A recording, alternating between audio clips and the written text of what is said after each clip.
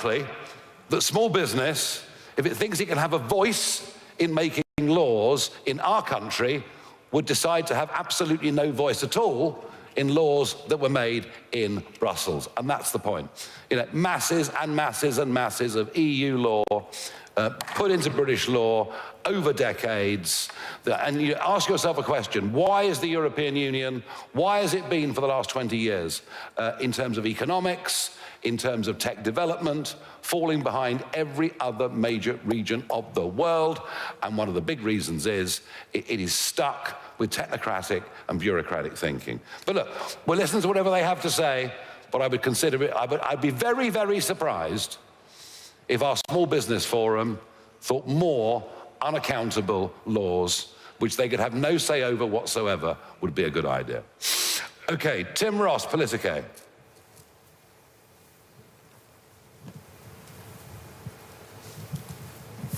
Thanks very much. Just following on from that point, big business in the city in particular would welcome a closer relationship with Brussels. Would you be willing to consider that potentially, since you're keen to see big businesses invest, as you said earlier?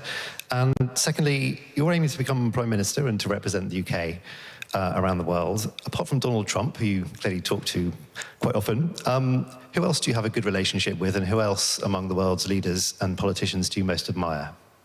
Thank you. Look, as far as the city is concerned, what we've done is we left the single market, which should have made life easier with the rest of the world, if a little trickier with Europe, but we haven't changed anything else. We made one change by leaving the single market, and we've done nothing to get rid of the most ludicrous legislation. And I'll tell you this, I mean, I'll back to IPOs, actually, and the Financial Times question of a few moments ago. London is now too expensive to do business. Why? One, the EU rulebook, but two, and even worse, the way that our own regulators, in this case the FCA, impose the rules. Well, it seems actually the FCA are now more worried about DEI employment policies in financial services companies than they are as to whether they're any blooming good or not. In terms of other world leaders, there are one or two other world leaders that I know and I've met, and I suspect after the next electoral cycle in Europe, there'll be even more that I know. But, you know, of course I know Mr. Orban, and of course I know Giorgia Meloni, and of course I know these people. And, you know, I have over the last few months developed some relationships in other parts of the world, which I'm not going to disclose at this moment in time. Will Hazel from the iPaper. Thank you very much. It's quite a big day in the preparation of the budget today because the OBR has submitted its first forecast to the Treasury. Your head of policy, Zia Youssef, has said some quite strong stuff about the OBR. He's described them as fake experts, a bunch of morons, and said they have no credibility. Would you scrap the OBR? And just on the BBC, if I may, Nigel, do you think all of the BBC's revenue should come from that subscription model which you outlined, or would that core kind of news function, could that be funded by a diminished licence fee, do you think? Well, I'm very surprised that Zia Youssef would use language like that. I would have thought he'd been much harder and gone a lot further.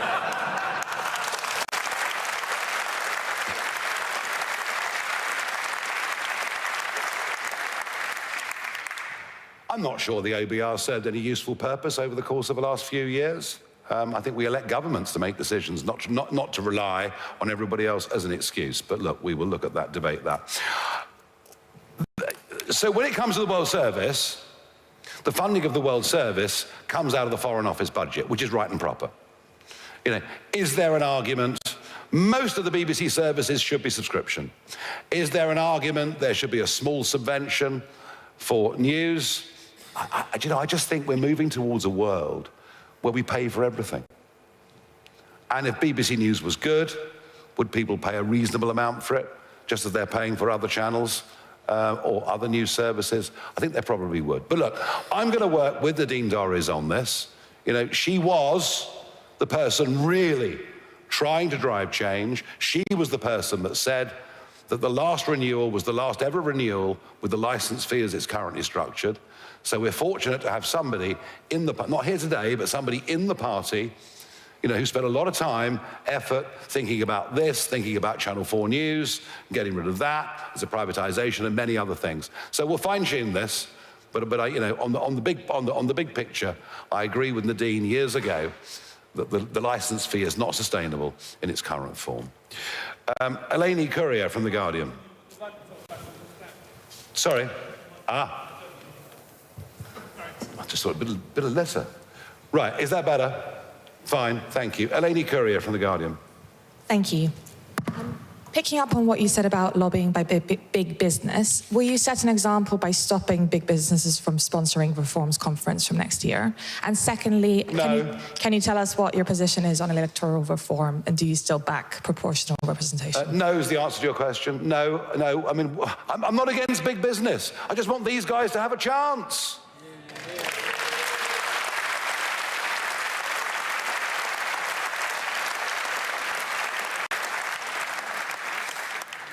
On electoral reform, I've always favoured AV+, which would mean significant minority voices will get a vote in the House of Commons. But the really big electoral reform that I favour, and it would need to be a high bar, but I do think the British people have a right, if they feel the political class are out of touch with them substantially on a major issue. I do believe the British people should have the chance. It's got to be verified, yes, but a chance through petition to call a national referendum on a subject of their choosing. And I do believe in that very, very strongly. OK. The last question, Archie Earl from Unheard. Thank you, Mr. Farage. Would you be looking to renegotiate any international trade deals to help small and big businesses? Yes, the answer to that, of course we would. And, there's a very big world out there, many, many opportunities that we haven't as yet explored. I mean, let's be fair, small businesses do export considerable quantities, specialist engineering, etc., also invisibles, such as services. Whether the small business community, again, has as much of a voice in trade negotiations as they deserve, I think is open to doubt. But you know what? We're open to everything. And that's the point about what we're doing and what we've said ever since last Monday on economics, on business, on entrepreneurship. We're a party prepared to adopt fresh thinking. We think the settled status quo on all of these things has been an absolutely desperate failure. And if you want evidence of that, just look at the people that are emigrating. Not just the non-doms, not just the super rich, but lots and lots of 30-somethings who are heading off to other parts of the world where they feel they'll actually be given half a chance as entrepreneurs, not penalised too heavily on tax or regulation. And we want to make sure a lot of those people come back and live in our country. Thank you.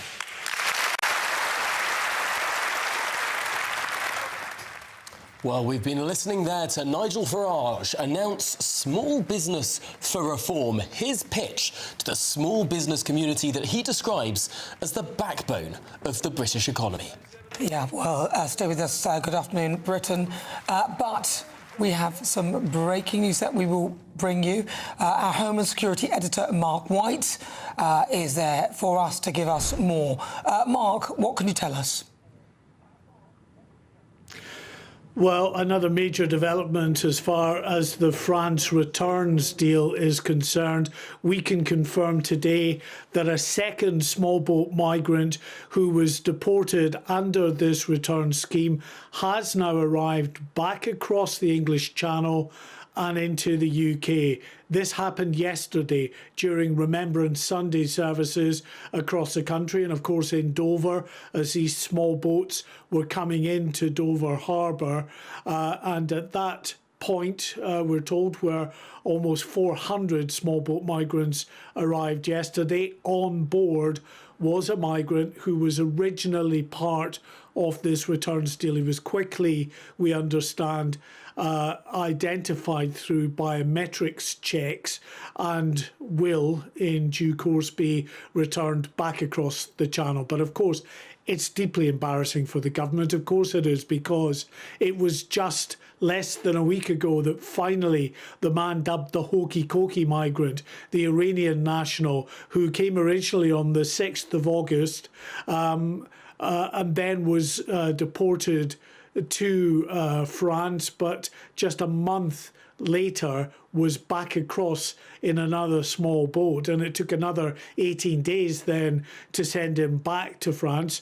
Just when the Home Office had finally got him out of their hair, another one, a separate one, not the same one, has come across the English Channel. We still await confirmation as to the nationality of this migrant, but we've just had this statement now through to our discovery from the Home Office. They have confirmed and said anyone looking to return to the UK after being removed under the UK-France agreement is wasting their time and money. It goes on to say this individual was detected by biometrics and detained immediately. His case will be expedited and he will be returned to France as quickly as possible.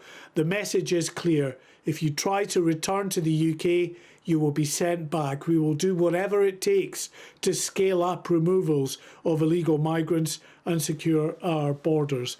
Well, of course, the fact that migrants, albeit a small number, are returning across the channel is no doubt an impediment to actually scaling up this particular model, and no indication actually that France is willing to expand this returns deal to include many thousands of migrants. That's still some way down the road, but the breaking news we can bring you this lunchtime is a second small boat migrant who is part of this returns deal with France, which has just seen over 100 in total in the almost 3 months since this deal was finally launched with France. Has come back across the English Channel, arrived here in the UK. He's now being detained by immigration authorities. Mark, when this deal was announced, the government said that it wouldn't be a panacea. It wouldn't solve the entire issue, but it would be a remarkable proof of concept and have meaningful change with regard to the numbers coming over. And yet what you've just told us here is that this scheme has descended into farce before it has even got going properly. They initially said that there would be 50 deportations a week, but over the last 3 months, we've seen around 100 deported under this scheme. And of that 100, 2 have come back on small boats. It boggles the mind that this is a government that sort of sells itself on competence. Well, there's no doubt. I think it has been difficult for the government in recent weeks and months because of the fact that very few people have been returned back to France as part of this deal. And the retort to that is, look, it is this proof of concept. We've got to bed it in. We've got to get the mechanics of it working properly, and then we can ramp it up to 50 a week, and then hopefully beyond 50 a week to make it a more meaningful deterrent. But when at the moment you still get very modest numbers being returned to France, and remember, in return we are taking other migrants from France as well, not quite 100 as yet, but we're certainly taking many dozens back from France at the moment. But when you add to that 2 of those who are supposed to have been deported under this scheme then just find their way back in on a small boat to the UK, there's no doubt it does have a ring of farce about it. All right, Mark, thank you very much. Our Home and Security Editor, Mark White.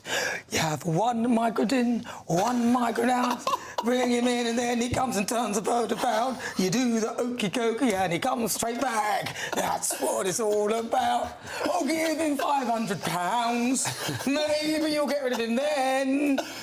You don't get that on BBC. Oh, goodness me. Shall we speak now to our political commentators, Charlie Rowley and Matthew Torbett, in the studio? We will, of course, be coming back to what Nigel Farage said in his press conference about small business. But just, Charlie, quickly, some reaction to this news. Not 1, but 2 so-called hokey-cokey migrants. Well, I couldn't put it better than Nana, just there. That was fantastic. But you're right, we send France 476 million, I think, over the next 3 years to deal with stopping people leaving the channel in the first place. The fact that they can't even do that, and then this government tries to spin us a fast one to say we've set up this one-in, one-out scheme with France, and they can't even stop somebody coming over twice. I mean, it is beggars' belief. It's not working. The government have really got to get a grip on it, because that's what the public really want. Well, you could actually apply that song to the prisons as well. Matthew, what do you think of this? I mean, it's nonsense, isn't it? What a stupid idea from the beginning. 2 weeks ago, I saw the Health and Social Care Secretary West Street and say on another channel that this was actually proving it was a success when the first one came back, because we were able to identify him through biometrics. Therefore, it clearly was working, and we'd be able to push forward, and we would like to make it even bigger. The whole point was this was supposed to be a deterrent. And the idea was that you would be the one that might get caught of those coming over, and therefore it wouldn't be worth it. We can have a laugh about this, but also it is every single one of us as taxpayers that are paying for all this. First of all, the sending back when they eventually go back, if they so do. The hotels, all of it is on us.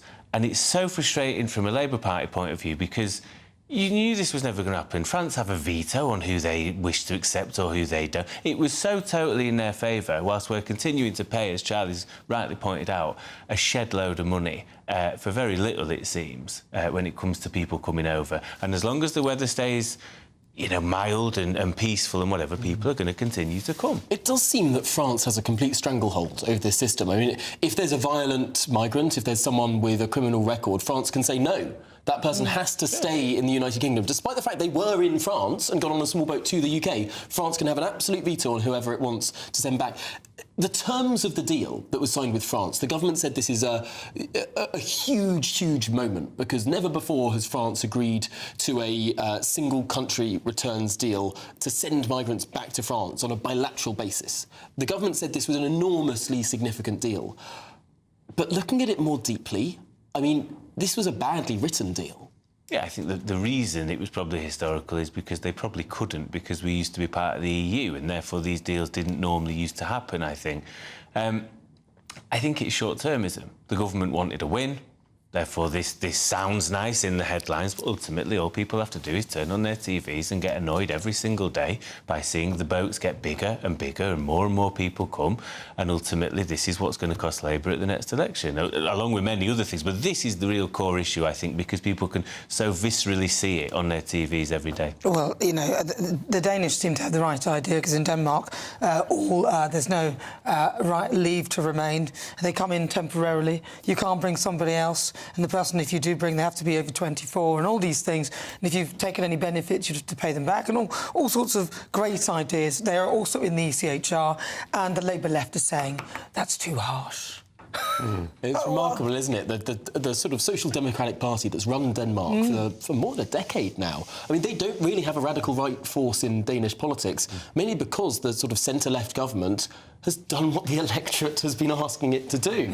Control migration, and then you don't have the sort of political instability that basically every other country in Europe is experiencing. But don't forget also, just very quickly, that this is Keir Starmer, the Prime Minister of this country, that voted against every single borders bill that came forward under the last government that was against the Rwanda scheme, where actually you do need a third country, I think, to process people, to be able to deport them, rather than having this hokey-cokey, as you said earlier on, chopping and crossing the channel. Well, we'll write that song and we can all join in with that. But, of course, Nigel Farage has been speaking.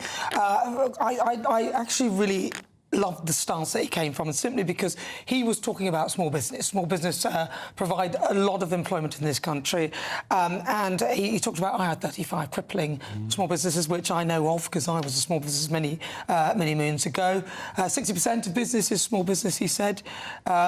And he really kind of put forward all the reasons why, and in particular how the Labour government don't have a clue. Employment Rights Bill, he looked at that. They said, who on earth, if you actually understood business, would put that forward? It is a nonsense. And reducing national insurance was... he would look at reducing national insurance. He talked about everybody believed that Brexit would be less regulation, but it's more. Matthew, I wonder, this is Nigel Farage trying to say that he's more than just a one-trick pony. More than just migration. He gave an economic speech last week. In many ways, this is an economic and business speech. Is he doing enough to broaden his appeal? I think he's trying. I don't know if he's doing enough. You'd have to see what people say, I suppose, outside of reform. I imagine he'll be pleased. It's very sort of Trumpian, and I don't say that in a negative sense, the idea of having people around him and these people are being reform supporters and doing the clapping. He didn't really outline anything, though. It was a little bit... And also, I do worry for him with these sort of guests that he brings on. It's very pantomime. That was almost like Widow Twanky, the way Kevin Byrne was acting, and Nigel was sort of the Fagin to... Oh, no, it wasn't. No, literally, and he's doing all this. In the Christmas season. And I think you start looking a little bit, you know, daft, really, and the odd joke here and there. At times, it felt like an 80s smoking room, But what working about men's the club or message whatever. that he was bringing? The message that he was delivering was that the government don't really understand small business and there's a lot of risk. Yeah, I think if you look at small businesses like hospitality, it is the third biggest employer. Matthew, I'm so sorry, we're going to have to interrupt you. We've got some breaking news to go to regarding the BBC. Yes, of course, we were learning just over the weekend, just yesterday, Tim Davie resigned. Deborah Turness has also stepped down as chief executive. But let's go to Will Godley now at Broadcasting House, who has further news for us. Will. Yeah, this apology to the Standards Committee just come through here from Samir Shah, in which I can read you that he has apologised for that Trump Panorama edit. He said, with hindsight, it would have been better to take more formal action. He went on to say this issue, since it's been reported in the newspaper, has had more than 500 complaints made to the BBC.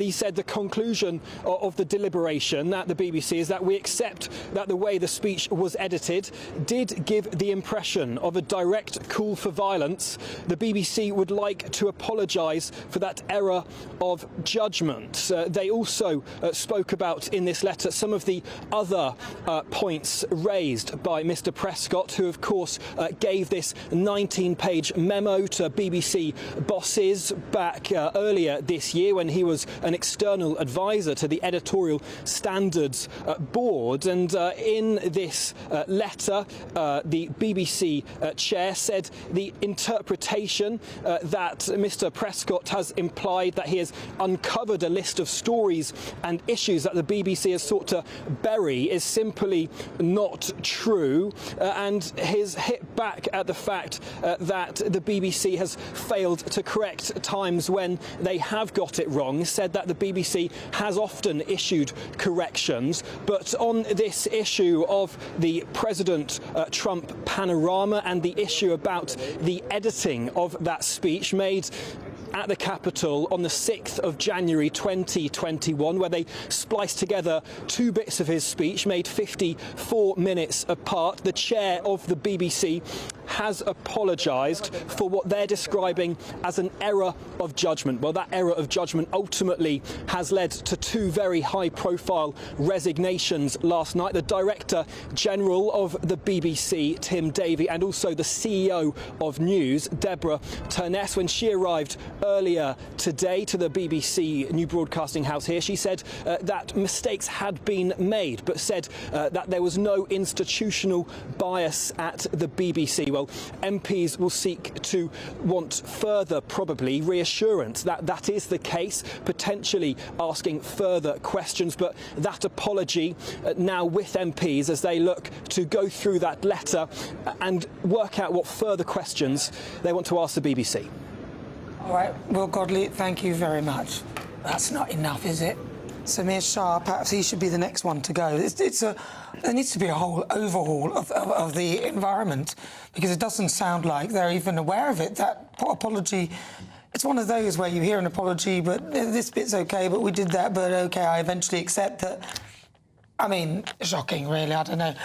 Charlie Rowley, what do you make of this? Well, you're absolutely right. I mean, look, I've often defended the BBC because I think some parts of it are good. But this just smacks of complete arrogance. You know, an error of judgment, as if, you know, they got it a little bit wrong. No. This was a complete and utter farce where somebody spliced together two bits of what Donald Trump was saying, deliberately trying to propagate a view which just simply isn't true. That's not an error of judgment. That's a complete fall in the standards that you'd expect. That's a complete disgrace. It's not an error of judgment. And the idea that you have the former head of the BBC coming into the building to say, oh, we're not institutionally biased, when we've had 2 resignations, for God's sake, not because of one thing, a succession of things that have gone wrong, where the BBC have failed on its number one thing that it stood for, which is impartiality. It has completely failed the public. That's why there's this problem. It's not an error of judgment, it's worse than that, and that's why we've seen resignations. Now, this letter is really significant. In some ways, it's trying to say that error of judgment, look, this isn't institutional,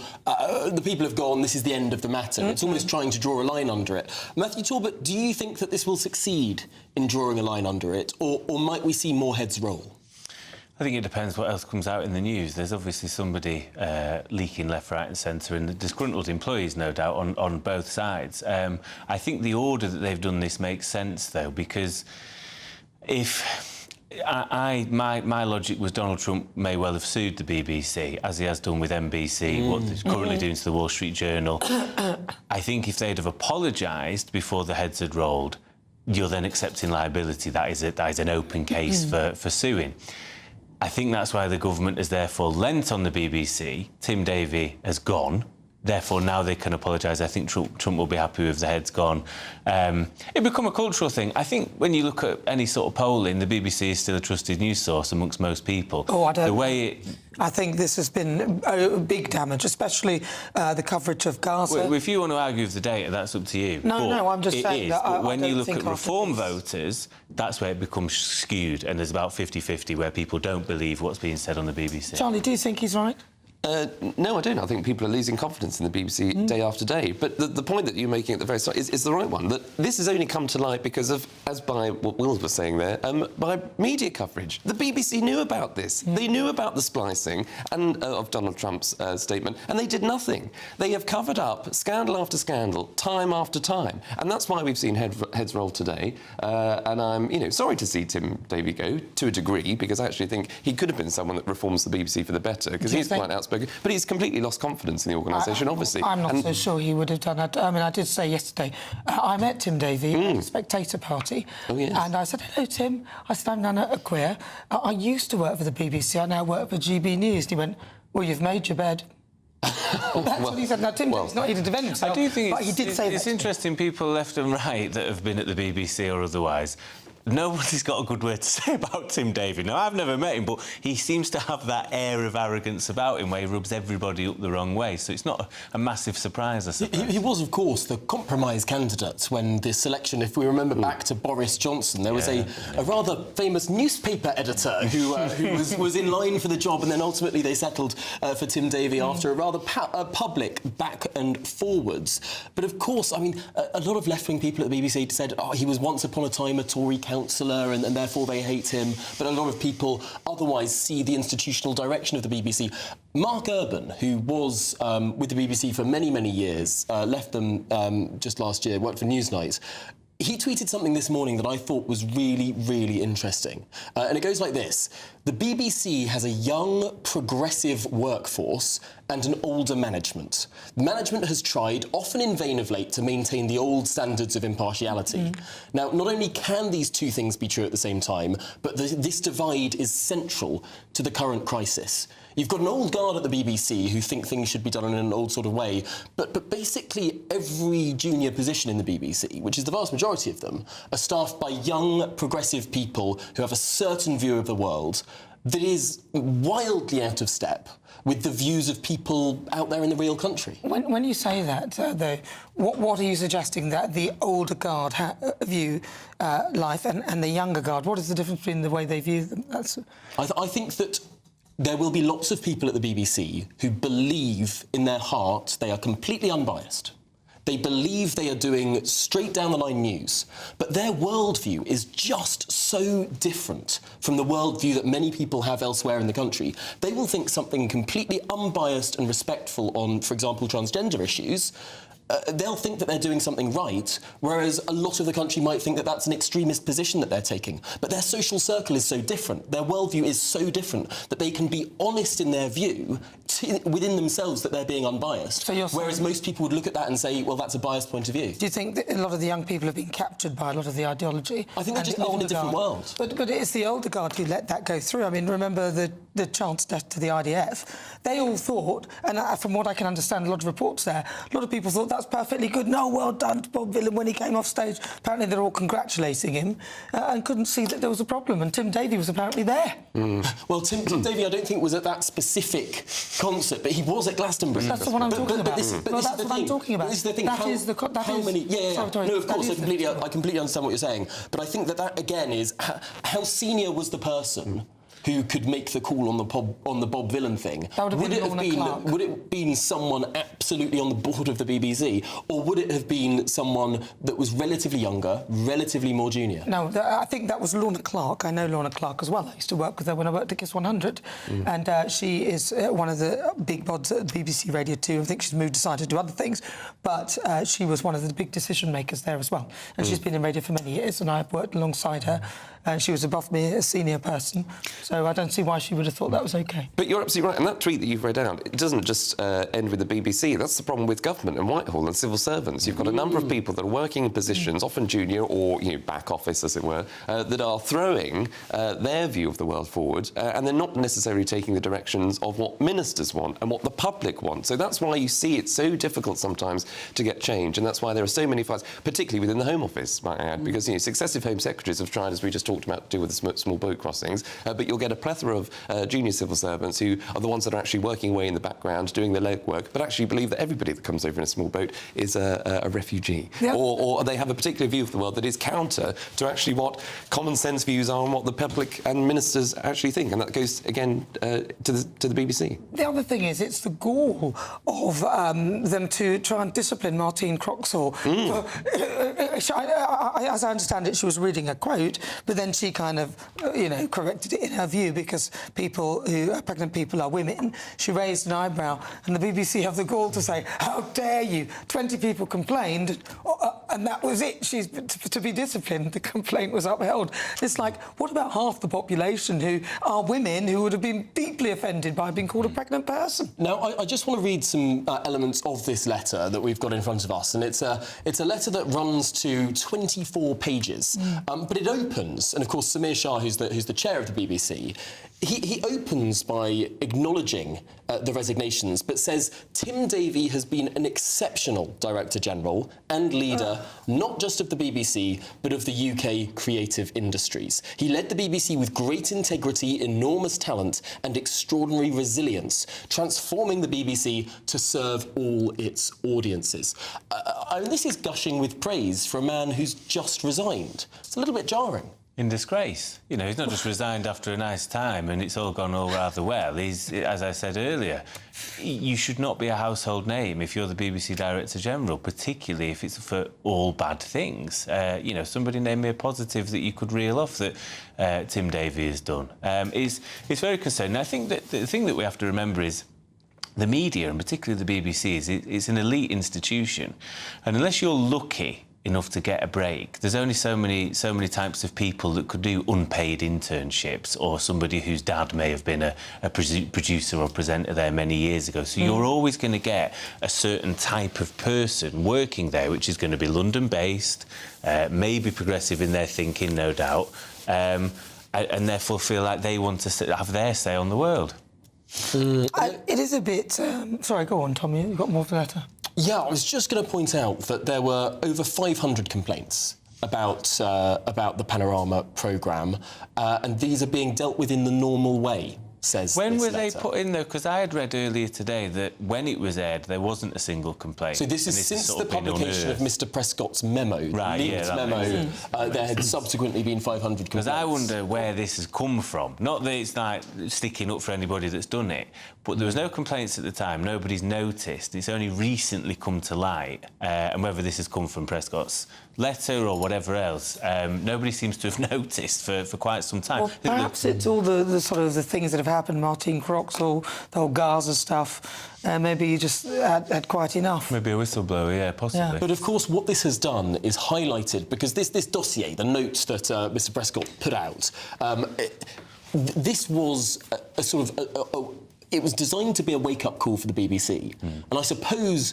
whoever leaked it would have thought that the BBC wasn't taking it seriously enough. And yet now in this letter that has just been published, it says the board will commit to revisiting each and every item set out in Michael Prescott's note and will take further action where appropriate. We will be transparent about the conclusions we reach and the actions taken. What this has done, this leaking process and the scandal that sort of ricocheted off this leak, it's taken an annoying internal report that probably the people in charge really didn't want to read and didn't want to act on. And this sort of sidelined report has now become the lodestar for what the BBC must check its output against, recommit to revisiting each and every single item set out in the note. That's what's now just been published in this letter. I mean, this is an extraordinary sort of reversal of fortunes. And I wonder, Charlie, I mean, with your experience in government, very often this is what leaking can do. It can supercharge an issue and put perhaps previously an obscure process or document right at the centre of things. No, you're absolutely right, Tom. I mean, what does he expect, from this? Should we be grateful that they're going to... these are things that should be happening anyway. These are basic fundamentals of when you output anything, any kind of programme or view or policy, whatever it is, whether it's government, whether it's the BBC, all of these things have got to be checked and checked and checked again in advance. So the idea that it has taken a whistleblower, effectively, to expose someone that was trying to force their own view of the world, or particularly a characteristic trait of Donald Trump, onto the rest of us, which was factually wrong. It was propaganda. What else can you call it? Of course the BBC should be checking it, but they should be doing that anyway. And that's why people will be angry. And that's why I'm very angry about it, because I say there are good bits of the BBC. And I think people that have respected it in the past will be furious about this, because this is so just so wrong. It is against everything that the BBC stands for in terms of impartiality, that it sort of, lectures us all for, and supposedly is the, the beacon of Verify and all the rest of it, and it clearly hasn't been. So, they've really got to get their act in order. It is quite telling, the fact that even those who are apologising, so Samir Shah doesn't, again, the apology didn't feel like he understands the actual impact of what has happened here and the ricochet of this around the world and the damage that this would have done to the name of the BBC, because there have been so many other incidents that have been reported globally as well. I mean, Israel, for example, the bomb that was misfired by Hamas, and a BBC broadcaster saying this is definitely, without doubt, can't see anything other than it would be a bomb from Israel.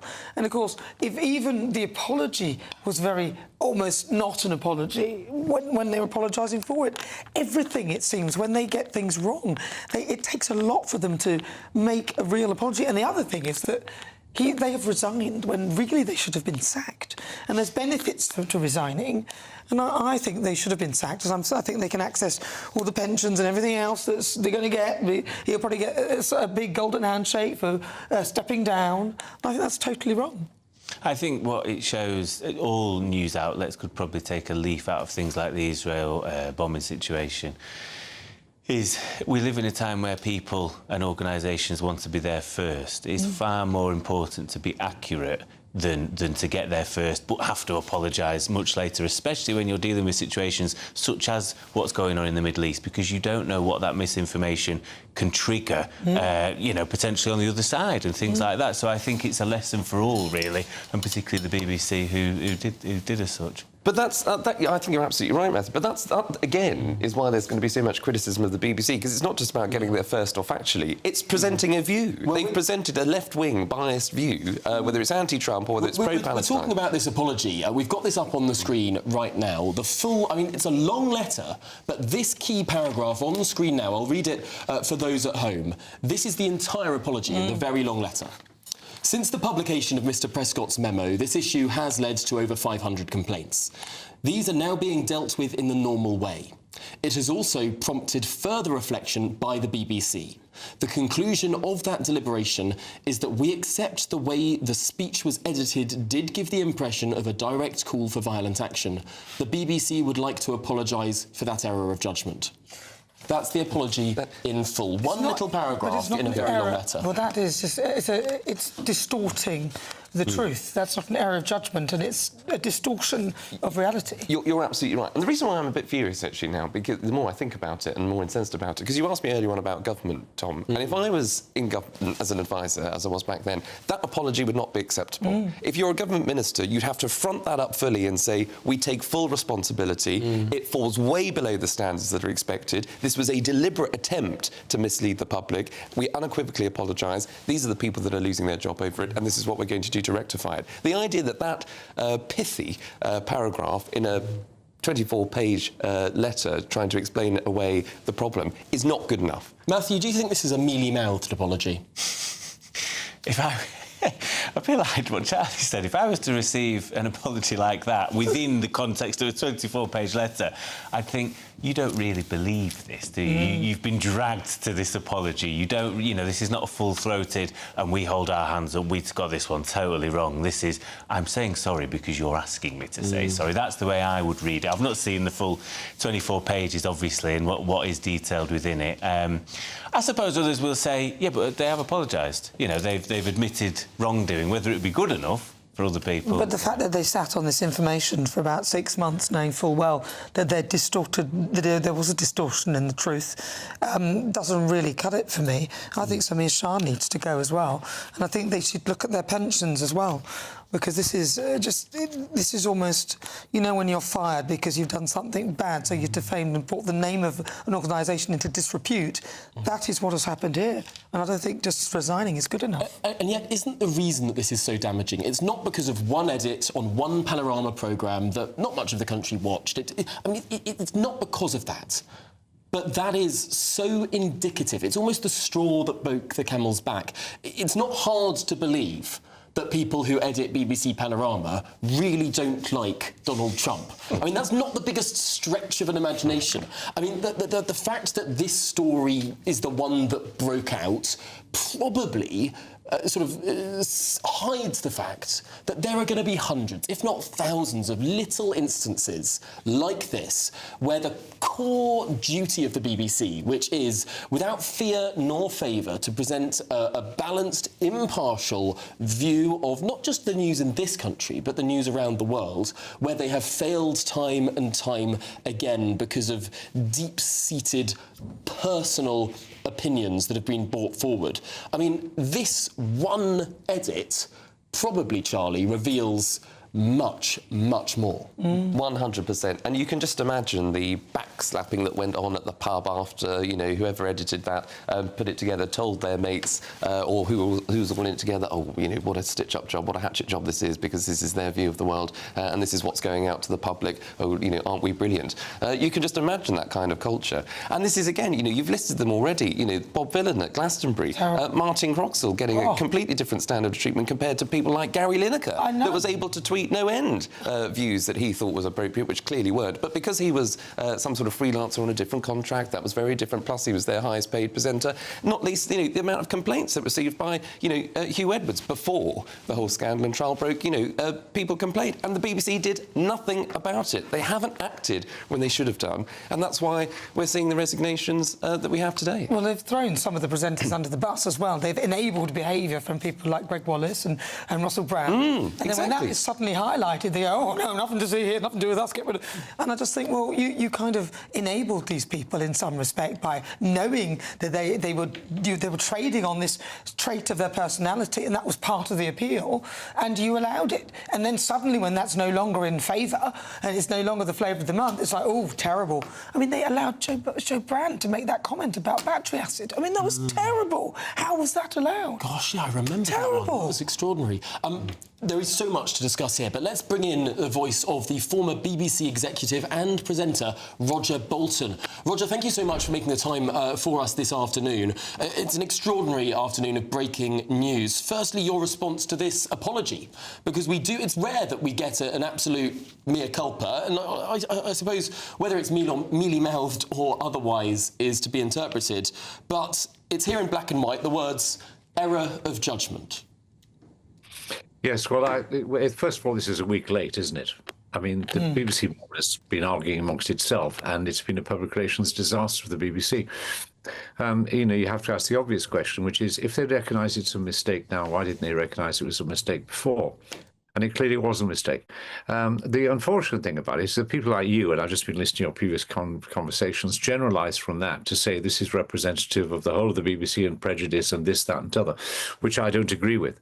I mean, I think specifically on Donald Trump, and this does not not excuse the edit, Trump was found guilty by the House of Representatives and the Congress, with 7 Republicans voted for that he was trying to attempt what they called a self-coup. And he encouraged all those people to go to Washington, the Capitol Hill, and he wanted to create a situation where the democratic wishes of the American people expressed through the ballot box weren't carried through. He called it the big steal. It wasn't a big steal. Subsequently, no evidence has been produced that it was, and no court has actually entertained that. So, Roger, with respect, is that not slightly beside the point? Because no, it's not beside the point. From where I'm coming from here... One of your previous colleagues, one of your previous commentators suggested that there was a big anti-Trump agenda in the BBC. There is. All I'm trying to say is let us distinguish between a mistake which should not have been made and what Donald Trump was trying to do. But Roger, doesn't that make the argument against this ever the more powerful? Donald Trump stood there for an hour as the windows of the Capitol were being smashed, as people who were saying they supported him barged in and ransacked congressional offices and all the rest, and he did nothing. He didn't tweet to call them off. Eventually he did, but surely telling the truth is a very powerful argument against Donald Trump. I mean, isn't that the most extraordinary thing? They chose to lie. When telling the truth, they could have made the same point. No, hold on. There's a distinction here, right? They made a mistake. They should be punished for that mistake. But you immediately leap to the conclusion that they were lying and doing deliberately. If you'd been in a documentary edit, let's say you've got a 55-minute program, you've got to get to 48 minutes, you're cutting it down. You can make a mistake like that. You shouldn't. When you do, because it's very simple. All they would have had to do is put a piece of black spacing in there and said 45 minutes later he said this. They didn't, and they should be punished for that. Well, but you shouldn't. I kind of listening to you then. Then leave to the conclusion. Yeah, but that's not a mistake, this demonstrates a whole range of bias. That's not a mistake. That's a deliberate. The fact of editing, you've deliberately allowed that. You've even put a clip in between, and then you've used part of a sentence that couldn't be left on its own. So you couldn't just say fight, fight. That wouldn't have made sense. So they allowed it to flow and disguised the edit with a shot of the crowd. Now, what they did was completely change the meaning of the sentence. No, they did, because he was saying, and he said, the end of that sentence was actually... You won't let me reply, and you've had about 10 minutes the end of the sentence before I came on air. You had about 10 minutes before I came on air where you slagged off the BBC. I'm entitled and trying to put some sort of defence there. I accept it's a mistake. I don't accept automatically that it's malevolent. But it should have been acknowledged, and it should not happen again. You then argue from that this is symptomatic of a general issue within the BBC. I think you need more evidence to make that case. What I think has gone wrong here in two things. First of all, they should have not acknowledged the mistake earlier. Well, they shouldn't have made it. Secondly, when this dossier was produced, which I think is flawed in some ways and correct in others, they should have replied to it in some detail. And thirdly, this week, when the issue came out, they should have been out there in front. Now, there clearly is a problem with the governance of the BBC. They're arguing with each other. But please don't argue from that there is a single view imposed by the BBC in some way over all its coverage. You're insulting a range of very brave reporters who risk their lives around the world to report honestly as they can about what happens. It's just not the case that there is a I used to work there. I used to work there. I worked there for almost 13 years. And the reason I left was because I wanted to have my own opinion, because I was well aware that there was a culture and you had to work and say certain things in a certain way. And I was well aware of that. That's why I left. Yeah, that's so fine. I'm not talking with program. no experience. You're on a program where you can... But I don't think the BBC should go. I respect the BBC. You're on a program where you can express your views. That's absolutely fine. I respect the BBC, but not for that. Roger, we're going to have you back very, very soon, but we do have to get to our end of our break. Thank you so much for joining us. And, of course, this is GB News. Good afternoon, Britain. Do stay with... It's like we're a forgotten world, golf. Nobody wants to invest anything or make it better. Yes, a phone school ban. You could win your entire Christmas on us this year, all magically delivered to you in time for the big day. There's cash, £30,000 in tax-free cash to make your new year go with a bang. There's also a further £10,000 to spend on all the gifts. We've also got Christmas lunch for you, with £1,000 in vouchers to spend at your favourite supermarket. And finally, a festive GB News goodie bag, so there's something for everyone under the tree. For another chance to win, text WIN to 63225. One entry costs £2.50 plus one standard network rate message, or text BONUS to 63225. 5 entries cost £5 plus one standard network rate message. Go to gbnews.com/win. Entries start at £2.50. Call 0903 686 3232. Calls cost £2.50 plus your network access charge, or post your name and number to GB17 PO Box 8690 Derby DE1 9TT. UK only. Entrance must be 18 or over. Lines close at 4 p.m. on the 28th of November. Please check the closing time if listening or watching on demand. GB News Breakfast. Every day from 6 a.m. The Sun reports the former Duke of York has been given 3 months to move out of Royal Lodge and take his 72 teddy bears with him. The Times also leads on the former Prince Andrew, claiming that he quit his fight to stay in Royal Lodge after losing the loyalty of his ex-wife. Telegraph says Sir Keir Starmer was under pressure from his own MPs to remove Andrew from the royal line of succession. And the Daily Mail claims the Prince and Princess of Wales. They're the ones who really pushed for Andrew to be ousted. And The Guardian, it's another Andrew one, I'm afraid, talking about the 6-figure sum and annual stipend that he might be getting. Well, joining us to go through what's making the sense of this is writer and podcaster Lewis Oakley and Susan Holder, author and journalist. And let's start with the mounting pressure on Sir Keir Starmer from his own MPs to do more to remove Andrew from the royal line of succession. Don't waste your time. At the end of the day, the country is in a mess. We've got, poverty, we've got appalling rape convictions, we've got, cost of loan crisis. Focus on the real problems. This is so speculative, and in the future, it's done. Just what leave they should have done is when they got involved before, in 2013, when they did the Succession to the Crown Act, which changed you going in age, in gender order, it goes in age order, which actually doesn't make any difference to what's coming, because very cleverly, Kate had George, Charlotte, and then Louis. Very clever of her. But they didn't backdate it. If they'd backdated it, it would have gone to Anne, and Andrew would have been way, way, way, way down. And that's what they should have done, but they didn't, and there probably was no need to. But it always works out better for us as a country, doesn't it, than when we have a queen. So actually, yeah, we're very good with Queen. Elizabeth I, Victoria, Elizabeth II. GB News, the People's Channel.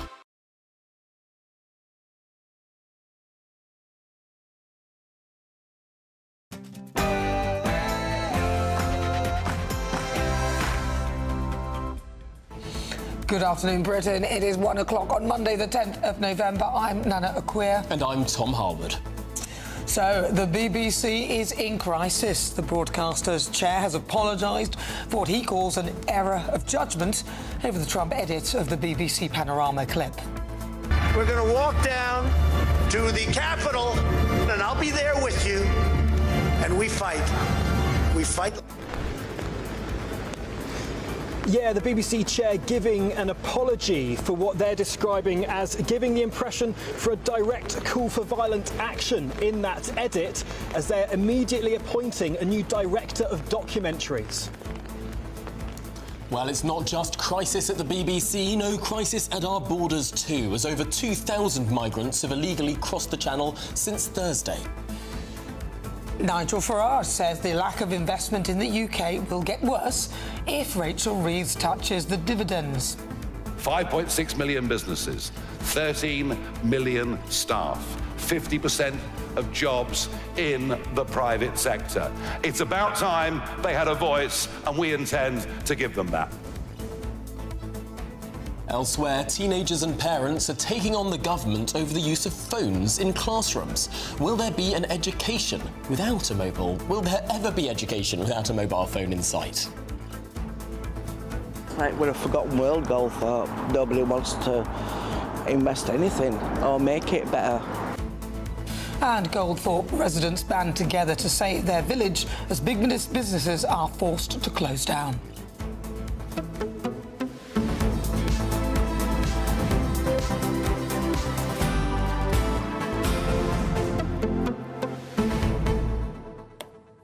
Well, good afternoon, Britain. At 2 minutes past 1, let's get more on that breaking news. The BBC chair, Samir Shah, has said that there have been more than 500 complaints since the publication of the memo that raised concerns about the editing of that speech by Donald Trump. Yes, in a letter, the broadcaster's chair apologised for the error of judgment over the editing of the Donald Trump speech for Panorama. Well, our reporter Will Godley joins us from Broadcasting House with more. Will, the publication of this letter is a bombshell. Certainly is a bombshell, and the weather outside New Broadcasting House certainly dramatic, lots of rain, but perhaps the atmosphere inside New Broadcasting House just as dramatic as well, with this apology now out in the open, and lots more details in the apology underway, as we now, the BBC saying what the purpose of that edit in the Panorama was. They said the purpose of editing the clip was to convey the message of the speech by President Trump on Capitol Hill on the 6th of January. They said at the time it didn't attract significant audience feedback, but the points raised by the Standards Committee at the time were passed on to BBC Panorama and the teams who make the programme. But they said with hindsight it would have been better to take more formal action. No word on what that action would have been. And since these reports have come to light that Panorama made such dramatic edits to change the meaning of what Donald Trump said, they have attracted now more than 500 complaints to the BBC. They said they'll go through them in the ordinary complaints procedure, but they have said it's prompted further reflection, and they said after reflecting they accept the speech was edited to give the impression of a direct call for violent action, and because of that the BBC would like to apologise for that error of judgment. Well, in terms of what action they are now going to take, well, I can tell you that the chair of the BBC, Samir Shah, has said that they are going to be appointing a new director of documentaries and long forms to hopefully stop these kinds of edits and errors from going to air, as they're seeking to regain trust amongst audiences. And the chair, in his 4-page letter to the Select Committee, said that if problems persist, we will take further actions. But of course he was responding to Mr Prescott's 19-page memo that was sent to BBC bosses earlier this year, which alleged systemic bias at the BBC. And responding to them, he said he takes Mr Prescott's concerns seriously, but the implication that he uncovered stories BBC sought to bury was simply untrue. He said he accepts there are times BBC gets it wrong, and when they do, they issue a correction.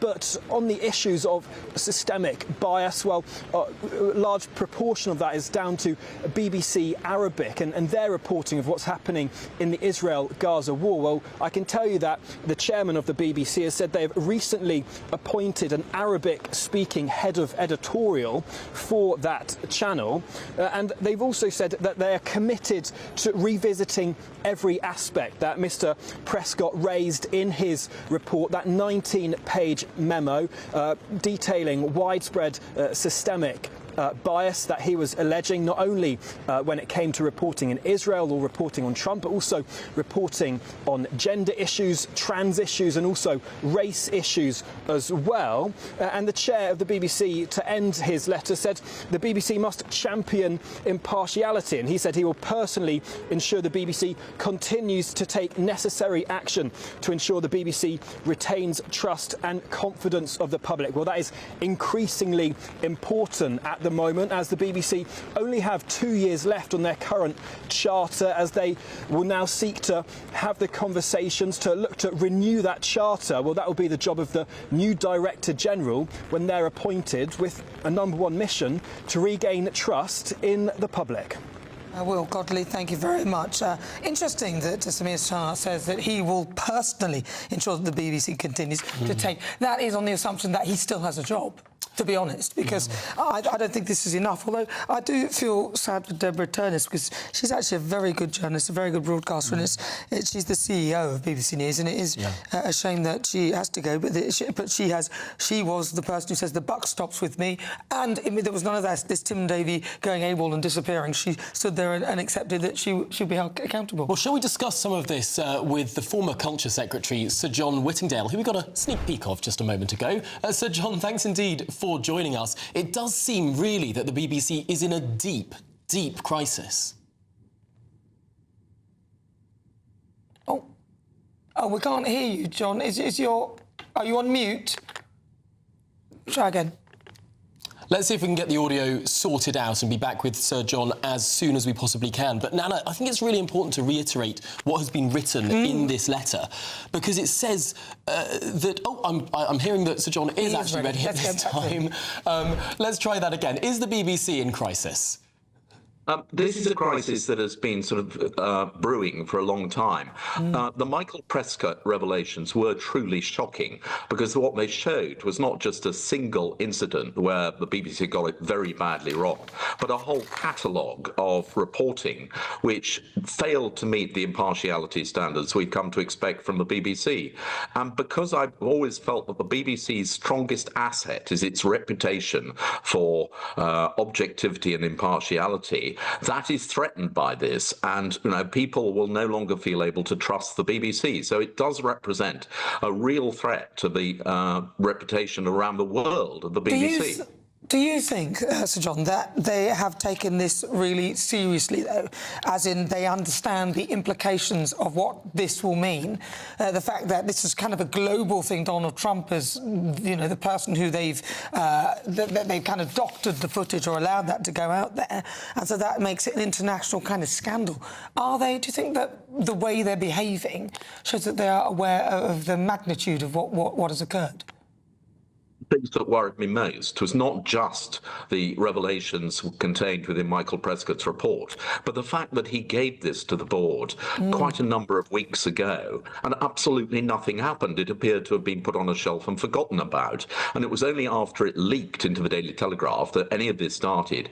And what I've heard Samir Shah announcing today is all very welcome. I'm not sure if it goes far enough, but it is at least a start. But it should have been done weeks ago. It shouldn't have waited for weeks before the BBC finally woke up to the fact that this does represent a very serious crisis, that action needed to be taken. But do you think they have actually woken up to the fact as to how serious it is? Clearly the resignation of the Director General and the Head of News, which is unprecedented to have two such senior people resign simultaneously, does suggest that, yes, they now understand that this is a very serious crisis. But as I say, if they tackled it earlier, then it might not have been necessary for the DG to resign. I suppose this is a really deep crisis in two different ways, but perhaps aside from the obvious, the clear breach of editorial standards and the editing and all the rest of it, this could be almost masking over something deeper about the organisation, a sense of attitudes that are so SW1, that are so out of touch with the wider country that many times when presenters or journalists or producers at the organisation think they are being impartial, think they are doing the right thing, are actually living in a completely parallel universe to the wider country?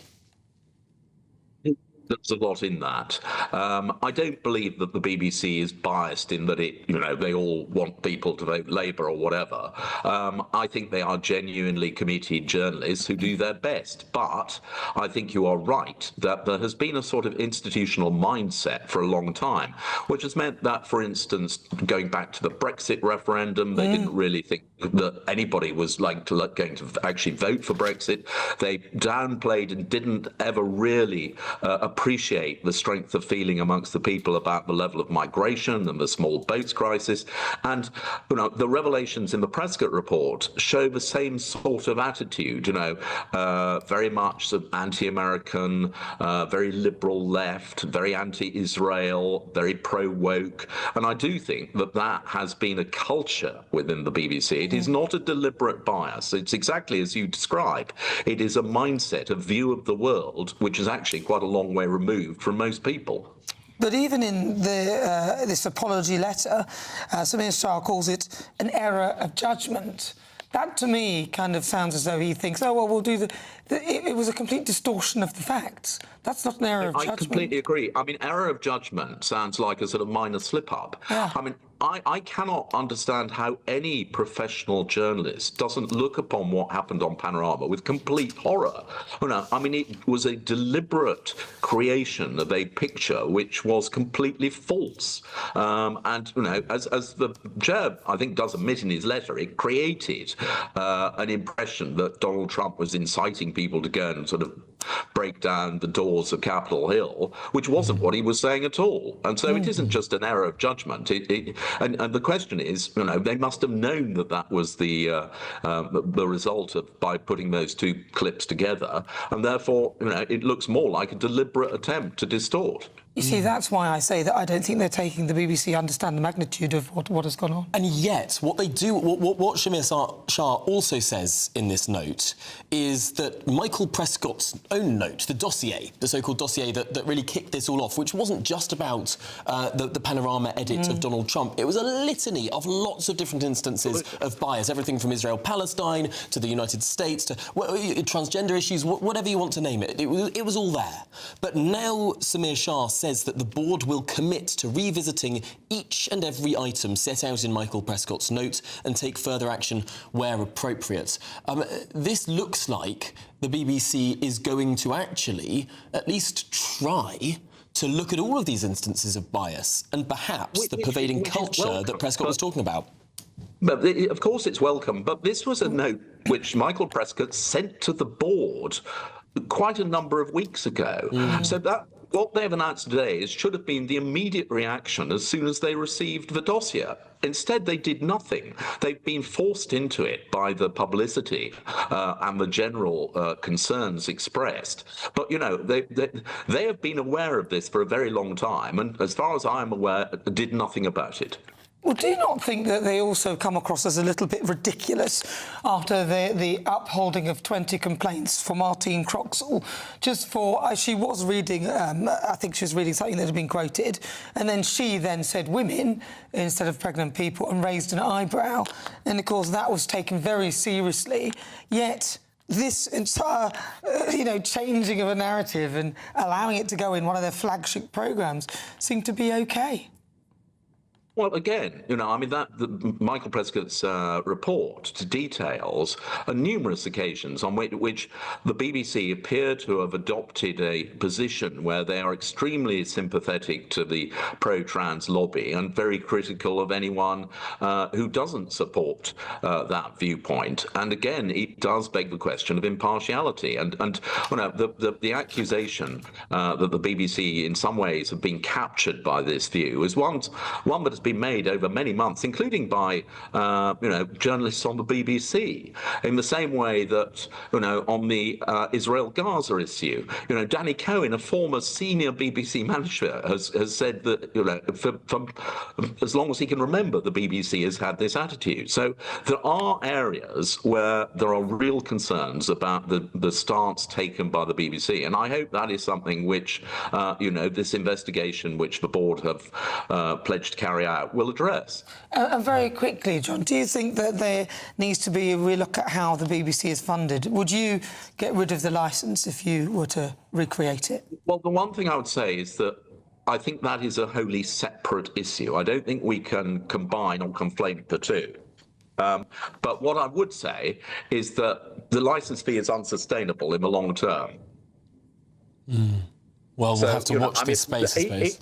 Sorry, get rid of it. No, do go on. Each year, fewer and fewer people are paying the licence fee because they are choosing to consume content elsewhere, and as a result, the income of the BBC is going to decline, and we do need to look at alternative funding models. That was something which started under the last government. I was in government when we commissioned a panel to look at that, and this government is continuing it. But charter review is coming up, and the government really does need to address the question of how the BBC going forward is going to be funded, because I don't think the licence fee is sustainable in its current form. I suppose there is one way in which these two issues could be connected, which is one of the biggest arguments that the BBC must be impartial, is that we all pay for it whether we watch it or not. That if we want to watch live television, we have to pay our licence fee, and that is why it frankly is absolutely crucial that this organisation that is funded through, in effect, a poll tax, must be impartial. I suppose one argument, and this isn't an argument I subscribe to, because I think the licence fee is outdated and outmoded, but if it became a subscription service, might that impartiality that we see as so important become less so? Well, I think you're right that a compulsory licence fee funding the BBC does mean that there is an additional requirement that it should be objective and not take a particular view. But actually, that's at the core of the BBC's purpose anyway. The BBC needs to be trusted, and impartiality and not promoting one particular view against another is a critical part of that impartiality. And in a world where there is so much content on social media or disinformation from Russia and China, we need to be able to rely on public service broadcasters and factual journalism. And professional journalism is needed now more than any other time. All right, thank you very much for joining us. That is the former Culture Secretary, Sir John Whittingdale, MP. Thank you so much. Thanks. Yeah, see, I do agree that the whole deal is that if they remain impartial, then I personally would pay. I think maybe the licence could be voluntary, and people could say we're going to pay for it, and then with what they get, they can determine how much they can have, as in closing a load of to streamline it. Well, when television literally was through the airwaves, and if you stuck up an aerial on your roof, you could get the television. I mean, obviously a licence makes sense then, because you can't exclude it. But today, most TV is not coming through an aerial. No. Today, you can exclude it, and companies do exclude it. You have accounts. You can say, I want to pay for this, but not for this. I mean, it was a solution for a time when there was a technological problem in terms of how do you fund a thing that you can't exclude. Whereas now you can. It seems so anachronistic. Well, I guess the reason why is because it's remaining impartial, which is the plan. But if it doesn't, then these sort of things happen. But shall we read out what the chairman of the BBC, Samir Shah, has said, and that is that since the publication of Mr. Prescott's memo, this issue has led to over 500 complaints. They are now being dealt with in the normal way. It has also promoted further reflection by the BBC. It went on to say the conclusion of that deliberation is that we accept that the way the speech was edited did give the impression of a direct call for violent action. The BBC would like to apologise for that error of judgment. Well, let's get more now with our political correspondent, Olivia Utley. Now, she's been at the Nigel Farage press conference earlier today. But, Olivia, I suppose we can get some reaction from you on what is a deeply political story within the BBC. What do you think is likely to come of this? This letter has now been published. The BBC is clearly trying to draw a line under it all. Will it succeed? Well, I think that's a really interesting question. Caroline Dinenage, MP, who is on that select committee, the DCMS select committee, who demanded an explanation for the BBC, that explanation has now been received. She said in an interview this morning that depending on what was said in the letter, the committee would decide whether to haul up anyone in front of the committee, and if so, who would be hauled up. Now, some people have suggested that this apology from the BBC, although it is an apology and we shouldn't underestimate that it's unusual that we see an out-and-out apology from the BBC. Some people have suggested that it is a little bit mealy-mouthed and that the BBC chairman said that Michael Prescott was wrong to say that there was institutional bias in the BBC. That might lead that DCMS Select Committee to want to question, to want to delve a little bit deeper into what is going on at the BBC. So I think we might expect to see some senior BBC executives hauled up in front of Parliament. At the moment, Keir Starmer and his spokesman say that, they are committed to the BBC. They are fully backing the BBC. They don't believe that there is institutional bias. They say that they do not believe that the BBC is corrupt. They're giving very, very clear answers. But as you mentioned earlier, Tom, I've spent the morning in a press conference with Nigel Farage. It was actually a press conference about small business, how reform is going to help small businesses. But the reform leader really got into his stride when he was talking about the BBC, and he takes a very, very different view to the current Prime Minister. He said that the BBC in its current form is wholly unsustainable. He said very clearly that a reform government would scrap the BBC licence fee. That was actually in the Reform Manifesto. He said that Nadine Dorries, the former Conservative DCMS secretary who has now defected over to Reform, will be leading on this. And she made it very, very clear when she was Conservative DCMS secretary that the charter renewal, that decision to renew the licence fee in 2022, she said that would be the last time that charter was renewed. When that charter comes to an end in just 2 years' time, she would like to see there to be a completely different model, so no licence fee at all. When pressed on what exactly a reform government would like to see happen to the BBC, Nigel Farage said that he was committed to the World Service, and if the BBC could do news well, then perhaps if they could fund it, they should be able to do some kind of news. I also asked him, just to see what would happen, who he would like to see as the Director General of the BBC next. This is what he had to say. I did notice that Donald Trump's press secretary, Catherine Leavitt, suggested British viewers watch GBNews, not the BBC, which was quite interesting last night. Look, I don't know who comes in from outside, but it's got to be somebody from the outside. As I said, I think it's somebody from the private sector. It's somebody that's gone into a failing organisation and has turned around not just the profitability of the organisation, but turned around the culture of the organisation. And my worry, Olivia, with the BBC is it employs its people from such a narrow segment of society that I don't think they think they're biased at all. So the BBC don't think that they're biased at all because they are getting all their views from one very certain sector of society. As you could hear, there was a big applause in the room for that. He didn't put a name on who he would like to see as the next Director General of the BBC. He said that it would have to be someone from outside. Tim Davie, of course, spent most of his career at the BBC. Other politicians have suggested that the next Director General of the BBC has to be someone with editorial experience and have suggested that perhaps was a weakness for Tim Davie. He was at the BBC, but he wasn't at the BBC in an editorial capacity. He wasn't a journalist, and perhaps that's why he didn't quite understand the significance of that Panorama mistake, as the BBC are calling it. What we know is that whoever is Director General of the BBC, it is a really, really tough job. And other politicians are actually calling for that job to be split into two different jobs. Caroline Dinenage again said this morning that almost every Director General of the BBC ends up ousted. It's like being the football manager or a Prime Minister. It always seems to end in tears. So perhaps that role will be split up into different jobs. Whatever happens, it looks as though all politicians from all different parties want something slightly different from the new Director General, and the BBC's future has never looked so shaky. All right, Olivia Utley, thank you very much. Yes, it'll be interesting to see the editorial charter 2027. I mean, it's not that far away where we will be with the BBC then, because a lot of people are refusing to pay the licence fee. Boris Johnson last night said that earlier, yesterday actually, in the morning, he said that if Tim Davie didn't go, he wouldn't pay the licence fee. Of course, Tim Davie has gone now. Perhaps, well, he's been out of office for 3 years, but perhaps he's more powerful than we all thought. Well, we should say that someone else who I'm sure is deeply powerful, the Liberal Democrat leader, Sir Ed Davey, has defended the BBC despite the broadcaster's chair apologising for their error of judgment. Let's take a listen.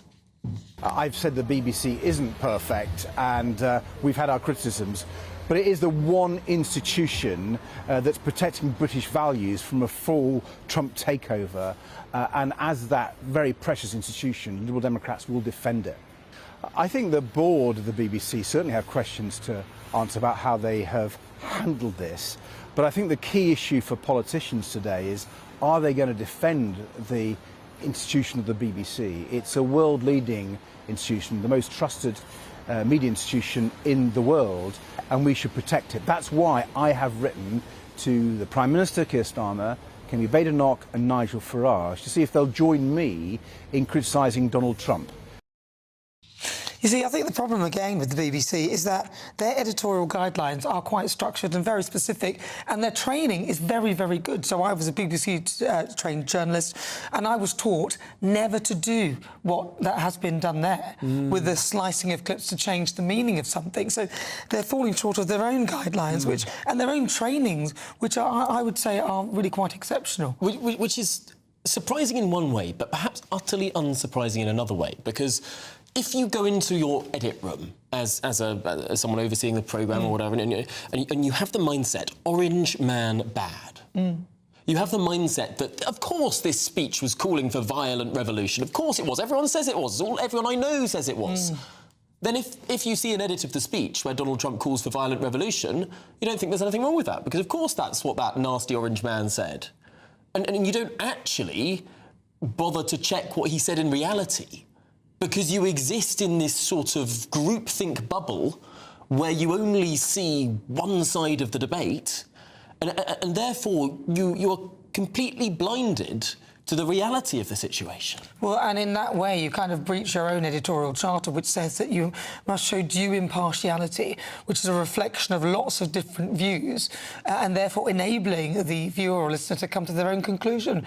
But they don't need to give the opinions, though. I mean, I remember the Panorama, was it a news night, actually? It was Adam Bolton that was on, and they were literally all of them slagging off GBNews. They didn't consider to ask us for a statement. There was no statement from us. There was nobody representing us. But that was going out as a discussion.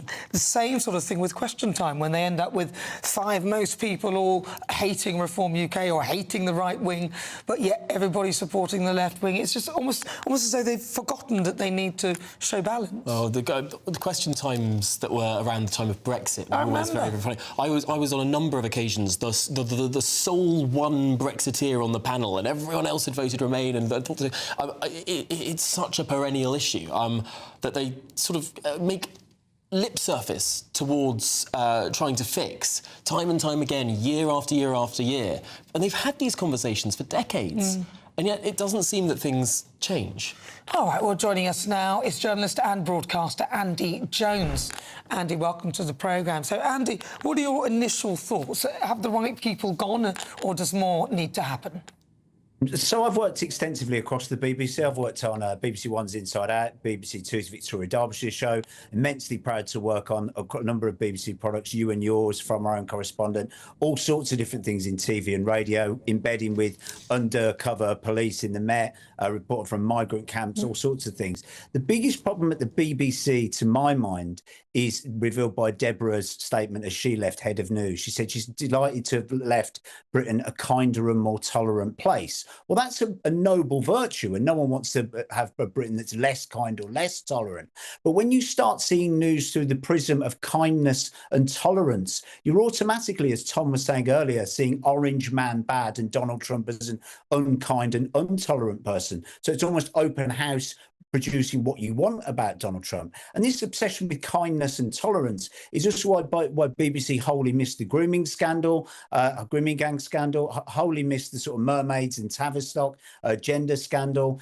Also missed any number of sort of forced marriages scandal or violence in certain communities. And also is particularly why we end up with this Martine Croxall newsreader being in trouble about an eye roll when she said pregnant people. It's an obsession about kindness and tolerance, which are noble virtues and virtues by good people, but they're not values that should be forefront when you're talking about news. If I ask people in the street what they want from news, they will say truth, accuracy, honesty. Kindness and tolerance is not really what it should come down to. We have this position as well with Tim Davie. Tim Davie's a brilliant marketing man. He's an incredible career. He's had an incredible career, 20, 30 years at the BBC, but also he's never worked in a newsroom. And you see these sort of things, these stories, these horrendous stories forming, and he hasn't acted quick enough to deal with them because he doesn't have the news sense. He was told 6 months ago about this Panorama Donald Trump issue, and yet only makes a statement 7 days after it's been leaked to the Telegraph. The same with the Bob Villan thing, the Glasgow horror with death to the IDF and all the anti-Semitism. The clip ran about 4 times before anyone at the BBC thought, hang on a minute, maybe we should get rid of this. The same with failing to call Hamas terrorists, and any number of other stories, whether it's Hugh Edwards and elsewhere. They don't react quick enough to the horror that's unfolding, the issue that's unfolding. There are too many processes, there are too many checks and balances. The Director General should be able to come forward and say, right, we need to crush this right now. We need to make a statement about this Donald Trump Panorama issue, apologise, deep investigation, maybe people get disciplined, we take the lead. Instead, again, as with all of these scandals at the BBC, and there's all number of stories on the BBC homepage there about resignations, DJ Tim Westwood, a former BBC employee, been released on sex charges, the pregnant people nonsense that's going on BBC News. All of these sort of stories, get ahead of them, take hold of them and show you're taking action. There are far too many processes at the BBC, there's far too many chiefs and not enough Indians. Ironically, a phrase that I'd never be able to say on the BBC if I was. You talk about kindness and tolerance, but it always seems to be kindness and tolerance on their terms. So it's not kind or tolerant to rub out the word woman, is it? And call it pregnant people. It's not kind and tolerant to have people shouting death to the IDF at all. But somehow in their myopic view, they thought that was acceptable. Isn't it really? Yeah, kindness and tolerance ends up with this sort of prescribed view. I think, as Tom and you were sort of saying, of this person is a good character, this person is kind and tolerant, we have to protect this person, and then people that aren't kind and tolerant. And then by virtue of doing that, you end up not being kind and tolerant yourself. Exactly. And another feature of this is this kindness and tolerance bleeds into all sorts of things, and it's a well-meaning thing. It's not vicious, it's not monstrous, it's not corrupt. But what happens is all of these senior editors who were supposed to be out there processing news, stopping horrors unfolding in the newsroom, mistakes, are bundled into endless meetings about microaggression, autism in the workplace, Black History Month, we need to plan things, Pride Month, we need to plan things. Are your members of staff sitting comfortably in their chair and not causing themselves a backache? Are you lifting camera equipment properly and risking injury? And actually, what happens then, all these senior people are in these senior level meetings, 20 people around the table discussing this sort of stuff, and then some poor junior editor or junior producer or someone that was only come out of uni 2 years ago is suddenly tasked with writing a script or doing something unchecked. And that is the fundamental issue with this Panorama Donald Trump thing. Junior person was putting this together, it wasn't checked by somebody senior, goes straight out. Terrible. Also, the same thing happened with the pregnant people thing with Martine Croxall. A lot of people think that was woke gone mad at the BBC. What happened was a junior producer copied and pasted something directly out of a press release, which was absolutely a big no-no. It went on the queue and then it was sent out on air. Yeah. Well, that's just typical of many organisations. But when you're the trusted broadcaster, you can't allow that to go and then hold it for 6 months. Andy Jones, thank you very much. He's a journalist and a broadcaster. Now, some breaking news just in. The BBC chairman, Samir Shah, has said the corporation has received a letter from President Trump. The chair says they're now considering how to reply to him. Asked if Mr Trump has said that he will be suing the BBC, Mr Shah said, "I do not know that yet, but he's a litigious fellow, so we should be prepared for all outcomes." Just to repeat that breaking news, the BBC has now been in receipt of a letter from President Trump. They haven't yet, though, divulged whether or not Mr. Trump is going to sue them. So we'll shall keep close to you on that breaking news. But let's now cross line to GB News' national reporter, Will Godley, who joins us live from Broadcasting House. So, Will, we have now got the news that Donald Trump has written to the BBC and warned them that something is coming, but we don't know what yet. Will? No news yet what that might be. These revelations came amid the BBC chair sitting down with BBC News in the building behind me earlier on, and they are now publishing lines that they're getting from that interview. Of course, after he gave that written letter and apology to MPs who asked for that from the Select Committee, the Media, Culture and Sports Select Committee, about how exactly this could possibly happen in the first place. This was, of course, a documentary that aired over a year ago now, BBC Panorama, the BBC's flagship current affairs programme, in which now the BBC are admitting that the way they edited Donald Trump's speech gave the impression that he made a direct call for violent action. Well, that is what they have apologised for today, apologising for, in their words, an error of judgment. Since this reporting came about last week in the Daily Telegraph, the BBC have said they have received 500 complaints about this editing, and that is what's prompted further reflection from the BBC. Of course, two very high-profile resignations yesterday. The Director General, Tim Davie, and their CEO of News, Deborah Turness, when she was entering New Broadcasting House behind us earlier on today. She accepted that mistakes were made, but told reporters that there was no institutional bias at the BBC, and that is something echoed in the chair's letter to MPs today. They said that they take Mr Prescott's concerns seriously, but that they said the fact that BBC, that, as he alleges, sought to bury stories is simply untrue. And in order to tackle some of what he has come forward with, these allegations of systemic bias at the BBC, they've said they are going to immediately appoint a new director of documentary and long form who would oversee BBC Panorama and other documentaries and pieces of journalism at the BBC to avoid these kinds of mistakes, as the BBC are calling it, from happening in the future. Mr Prescott also alleges that systemic bias in BBC Arabic's coverage of the war in Gaza, and they have said in this apology that they have recently appointed a new Arabic-speaking head of editorial who will oversee that channel to avoid any problems arising in the future. But all of this comes amid the BBC entering into talks to renew their charter. That is what keeps them going and how they get their funding. And this charter that they currently have runs out in 2027. So it's very, very important for the BBC to enter into conversations amid an atmosphere with the public trust at a high point. But all of these scandals and this latest scandal, which has led to two resignations, no doubt leading public trust in the BBC and BBC News to fall even lower. Well, Will Godley, thanks indeed for braving the storm there, both literally and figuratively, outside New Broadcasting House. We'll be back with you a little bit later in the programme. All right, well, joining us now is a former BBC journalist, Danny Shaw. Danny, thank you for joining the programme. Are you surprised at what has sort of transpired at the BBC? Because when you were there, did you feel a sense of a one-sided culture?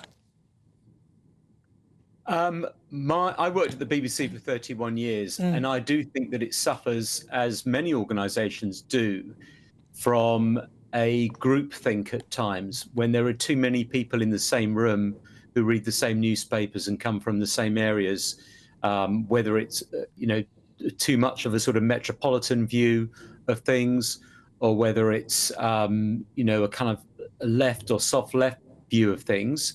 Of course, there are people there who represent different political parties, or who have sort of gone on to represent other political parties and work for other political parties on the right. That's absolutely true. But in general, I think it suffers from a groupthink, and I think that's very dangerous for a newsroom, any newsroom, whether it's GB News, Sky News, ITV News, or BBC News, to have that. You need people in the room who have different views, and this should be a warning to everyone, who have different views, who come from different angles, who have different backgrounds and different take on the story.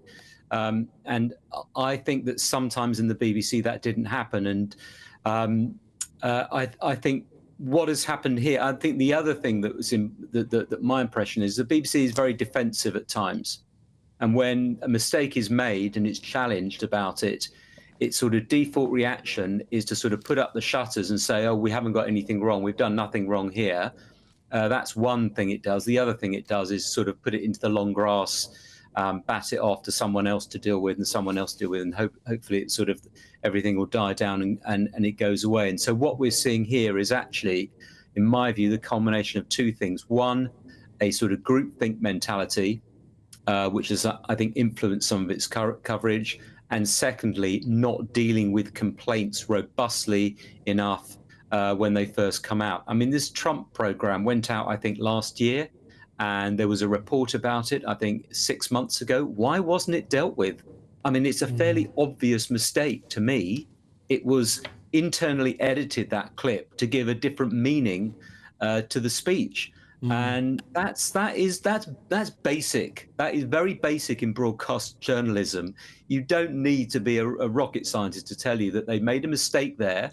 There may be reasons for it, and there may be mitigation, but they should have admitted that really early on, and now they're facing all sorts of consequences because of it. I mean, it seems like we've been on this carousel, this merry-go-round, for a very, very long time. I remember the arguments and the debates in the wake of the referendum in 2016, and a lot of media said, look, OK, we were out of step with the country, we've got to get out there into the real country, you need to step outside of SW1 or W1A or whatever it is, and we need to sort of check ourselves and step out of the bubble that we live in. And then again, we had that in 2019, and it seems like we're having that conversation again now. I wonder if the fundamentals are just so difficult to adjust, given the people that come out of universities and want jobs in the media. I mean, very few of those people have the same worldview as perhaps even the majority of the country. I mean, is this just an impossible task to complete for an organisation that isn't ideological in its very charter, but ideological people apply to work there by just the nature of the market? I think it's a very good question. And look, I do think you need to be realistic. The BBC produces thousands of programmes on radio, television, and articles online and on social media every single day. There are so many outlets. Of course, there are going to be mistakes. Of course, there are going to be misjudgments, as there are on any news channel. That's inevitable, particularly when you do a lot of live programming. But I think you're right about the background. The media, the creative arts, journalism tends to attract people from a certain background who perhaps have a certain worldview. Not everyone, but it does tend to lean in that direction, which is why it's so important that as the leadership, you need to ensure that you are trying to reflect a diverse view and that you get out of the office. I mean, I was guilty of it as a Home Affairs correspondent at the BBC, reporting on immigration in the 2000s. And then, in the lead up to the Brexit referendum, when immigration was obviously a key topic. And I was guilty, as were others, of probably not getting out of the office enough and not talking to people and understanding people's concerns about the changing character and nature of their communities. And there weren't enough people in the room who probably said, you need to get out and understand what people are doing. And so it's about management and leadership to do that. And the other thing is you leave your political affiliations at the door. I think there is a lot of younger people at the BBC coming in with and perhaps that isn't drummed into them enough. This is not a campaigning organisation. You do not campaign on issues at the BBC. You report them impartially. You can bring your experiences to bear. in terms of journalism, but what you don't do is you leave your politics behind and you leave your campaigning behind. All right, Danny Shaw, thank you very much. I think perhaps, are we asking too much of the BBC to be able to be impartial? Because as Danny said, there are so many facets to the BBC. But one thing I would say, though, is Panorama is their flagship documentary arm, one of the biggest shows that's been going on for years and years. If you see it on Panorama, you believe it and you trust it. So you would just think that on something like this, and when you're dealing with somebody who is the leader of the free world, you just wouldn't mislead. You just wouldn't mess up. And yet they did.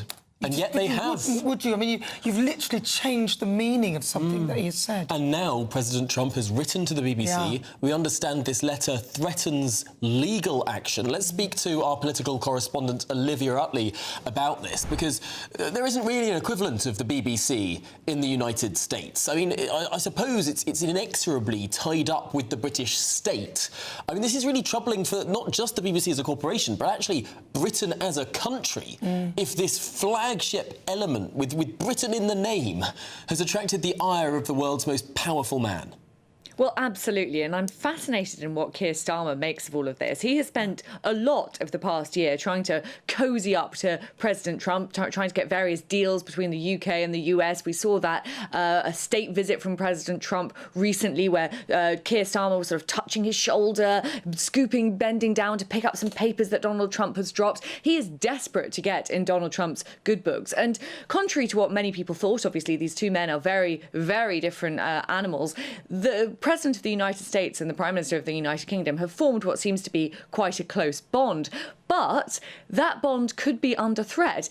Donald Trump has been very, very critical in what he's said about the BBC. And as you say, Tom, the BBC is sort of inexorably linked with Britain as a whole. Now, of course, Keir Starmer doesn't have any say on who becomes the next Director General. That is a matter for the board. And although the BBC is funded by the taxpayer, it is independent from the government. But to an American audience, to perhaps Donald Trump and definitely to a lot of his followers, that distinction will be semantics. They will think the British state broadcaster, they will understandably think, is connected to the British state. So what if there is some kind of implication? What if American voters, even if the president himself understands that this isn't true, they may believe that Keir Starmer somehow sanctioned this editorial mistake, as the BBC are calling it, which changed the meaning of what Donald Trump said. And if that is the case, there could be serious ramifications on that special relationship between the UK and the US. So what Tim Davies seemed to have originally at least put down to just being a sort of minor problem in an editorial suite, some sort of junior employee accidentally splicing together these two different speeches, presenting them as one without making it clear that they had edited it, that has turned into what could be quite a serious diplomatic incident, especially if Donald Trump goes ahead and does what he says and attempts to perhaps sue the BBC.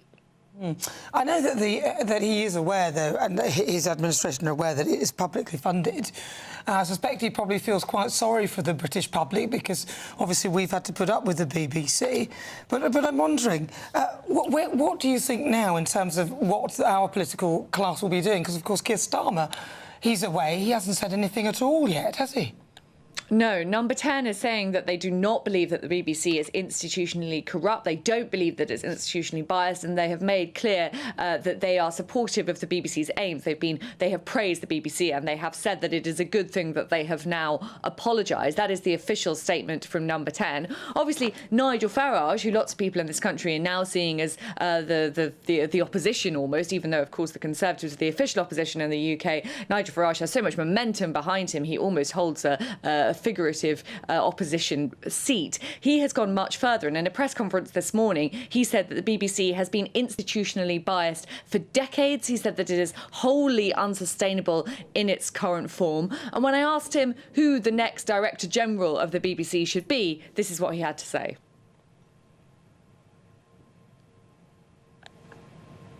Well, I did notice that Donald Trump's press secretary, Catherine Leavitt, suggested British viewers watch GB News, not the BBC, which was quite interesting last night.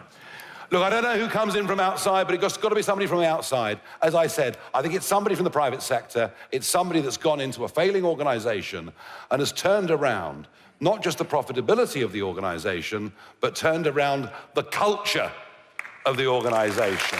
And my worry, Olivia, with the BBC is it employs its people from such a narrow segment of society that I don't think they think they're biased at all. So Nigel Farage obviously not pulling his punches there. I think whoever is Prime Minister at the next election, whether it's Keir Starmer or Nigel Farage, there will be very serious questions about that BBC charter, about how the BBC is funded in the future. That decision is due to be made at the end of 2027. And there are plenty of politicians, definitely from Reform, lots of Conservatives too, but even some in the Labour Party who believe that the current licence fee model is outdated and needs to be reformed. And I think this crisis, the Director General and the Head of News resigning at the same time, completely unprecedented crisis, has come at a very, very bad moment for the BBC if they're hoping to keep the licence fee. This is one of the really big issues here, because these are two distinct issues. The licence fee, charter renewal, all the rest of it. It's a structural, how the BBC is funded, how it runs in the 21st century. And yet this separate issue of bias and clear editorial standard slippage and all the rest of it, and yet these two things become conflated and one almost flows into the next. Well, absolutely. And I think why is because if the BBC is to be funded by the taxpayer, by the licence fee, then it has to be doing something which no other TV channel, no other TV news channel could do. And perhaps there is a niche for the BBC, for a state-funded channel, for a taxpayer-funded channel, if it is able to give completely impartial news, if it isn't beholden to anyone higher up, if it is simply an instrument of the state to get across impartial news. If it begins to fail to do that, if those editorial standards start slipping and bias starts creeping in, then there is a question mark over what the BBC is for in this day and age. As I think you mentioned earlier, Tom, the BBC has been around since almost the dawn of British television. And at that time, that was sort of the only way that people got their news. Now there are such a plethora of ways to get news. If the BBC wants to make itself different, then it has to be doing something completely different from all the other channels, something so completely unbiased, washing its hands of all kinds of politics. And if it can't do that, then where is the future for it? And that's the question that politicians are asking at the moment. I think we're all asking that. Olivia Utley, thank you very much. Joining us now is a former BBC presenter, Alex Dyke. Alex, your thoughts on what has happened? Yeah, afternoon, guys. Well, as someone who spent 12 years at the BBC, like a lot of the people you'll be talking to today who are ex-BBC, this is not a proud moment for us. We're not happy about this. We don't enjoy coming on and slagging the BBC off for the sake of it, because many of us have the BBC in our hearts because we grew up with it. But I just think this Trump edit is absolutely unforgivable. There was no flash edit to decipher two different pieces of film. There was no voiceover to say, and 52 minutes later, the president said this. This was to pull the wool over our eyes. And Tim Davie, I'm afraid, had to go. I never felt personally, and I'm sure you'll probably agree with me, that Tim loved the BBC. I saw Tim Davie being the Sadiq Khan of London, if you like. I've never been convinced that Sadiq Khan loves London, and I saw Tim in the same way. The DG before him, Tony Hall, was very likeable, very warm, very hands-on, came round to every different BBC radio station and TV channel and talked to the staff. I never got that from Tim Davie. I think this is a very, very sad, sombre day for the BBC, and they really, really have to pull their socks up now, because the BBC Charter's coming up soon. I think it's 2028. And they have been surrounded by negative press and scandal for so long now. We need a new broom that will sweep clean. And yet it's hard to see how An organisation that is, in many ways, this metaphorical oil tanker.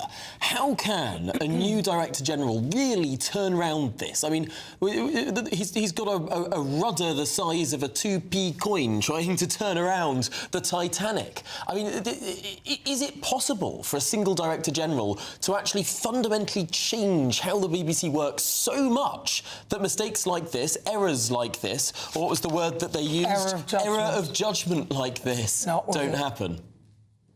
Well, you make a very good point, because if we think back to the golden days of the BBC, which for many people was probably the 60s, the 70s and the 80s, when you think of Wildlife on One with David Attenborough and Morecambe and Wise and the Two Ronnies and Top of the Pops and Monty Python's Flying Circus, whatever it is, the glory days for most people would have been the golden age of television, the 60s, 70s and 80s.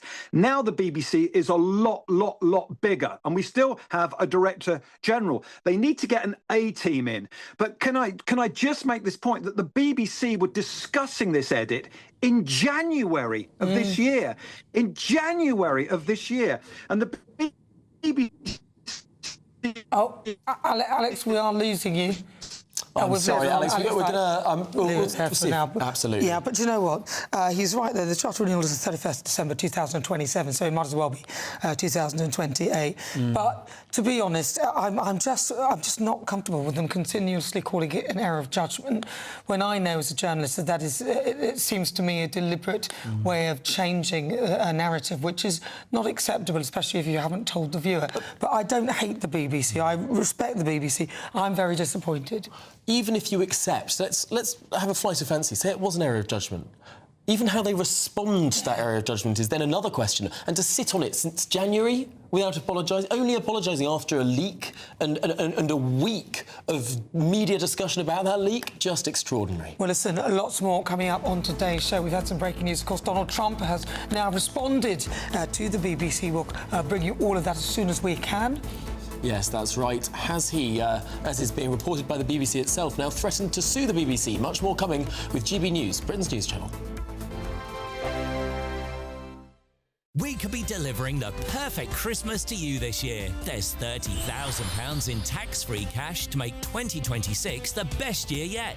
A further £10,000 cash to spend on gifts for all the family. There's £1,000 to spend in your favourite supermarket. And a festively themed GB News goodie bag. And we'll get it all to you in time for the big day. For another chance to win, text WIN to 63225. One entry costs £2.50 plus one standard network rate message. Or text bonus to 63225. 5 entries cost £5 plus one standard network rate message. Go to gbnews.com/win. Entries start at £2.50. Call 0903 686 3232. Calls cost £2.50 plus your network access charge. Or post your name and number to GB17 PO Box 8690 Derby DE1 9TT. UK only. Entrance must be 18 or over. Lines close at 4 p.m. on the 28th of November. Please check the closing time if listening or watching on demand. Good luck. Westminster, the ultimate clique. And you're fighting like rats in a sack. But here on the Camilla Tominey Show, we ask the questions the establishment media is too scared to ask. OK, let me ask you a straight question, because I know you're a straight-talking politician. Whether it's net zero, illegal immigration or law and order, nothing is off limits. You had the power then. Yeah, as I and say, now you've lost it. That's the Camilla Tominey Show, a politics show that's fearless. But no, let me finish my question if you don't mind, because it is my show. Sundays at 9:30, only on GB News, the People's Channel, Britain's news channel. I'm Michelle Dewberry, this is Jubes & Co with you. Hello everyone, Patrick Christie is here. GB News, Britain's news channel. Access the stories that matter to you. Take the GB News family with you on any device. And as long as you have an internet connection, tune in to GB News anywhere on the planet or beyond. GB News, the People's Channel, Britain's news channel. Britain was once the envy of the world. But look around. A nation that no longer knows what it is or where it's going. A country that's broken. How do we fix Britain? How do we bring it back? Friday night with Matt Goodwin at 8 p.m, only on GB News. Westminster's full of talk, but out here, it's the real world. Am I allowed to talk then? No, that's it. This is where it matters, real people and real lives. That's what politics is all about. In fact, has Trump made a good start?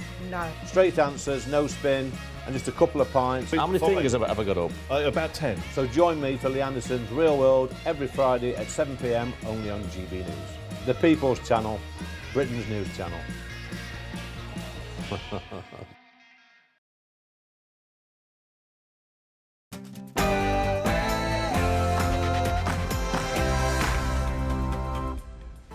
Good afternoon, Britain. It's 2 o'clock on Monday, the 10th of November. I'm Tom Harwood. And I'm Nana Akua. Well, breaking news this hour, the United States President Donald Trump threatens the BBC with legal action in a letter sent to the broadcaster. The corporation's chair has apologised for what he calls an error of judgment over the Trump edit of the BBC Panorama clip. We're going to walk down to the Capitol, and I'll be there with you. And we fight. We fight like hell.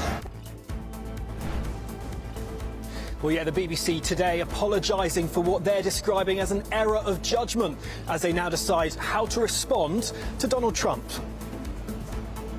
And it's not just a crisis at the BBC, no, there's a crisis at our borders too. Over 2,000 migrants have illegally crossed the Channel since Thursday. Nigel Farage says the lack of investment in the UK will get worse if Rachel Reeves touches the dividends. 5.6 million businesses, 13 million staff, 50% of jobs in the private sector. It's about time they had a voice, and we intend to give them that. Yes, Nigel Farage laying out his plans today to help small businesses get back on their feet. And he didn't pull his punches about the BBC either. Find out more with me very soon.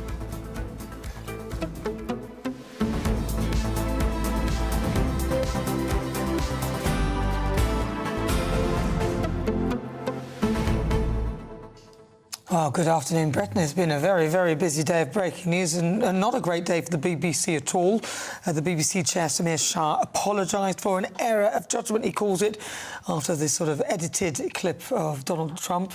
And also the director, Tim Davie, if you've just joined us now, Director General of the BBC, Tim Davie, and CEO of News, Deborah Turnus, resigned as well on Sunday night, last night. Now, of course, the dossier that was leaked that included so many different examples of bias within the BBC, whether it was over transgender issues, whether it was over the Gaza-Israel conflict, whether it was over Donald Trump as well, example after example. But this Donald Trump example is perhaps the most painful for the corporation because of what it reveals just of the pervading sort of mindset of the organisation. It feels deliberate, doesn't it? It feels like a deliberate thing that was done. But also because Donald Trump is very aware of it. He's tweeted about it, he's sent a letter about it. This is clearly occupying space in the mind of the world's most powerful person. Well, of course, he was hauled over the coals, wasn't he, over the Capitol Hill riots as well. So, yeah, we'll stay with us, loads more to come. But first, let's get your latest news headlines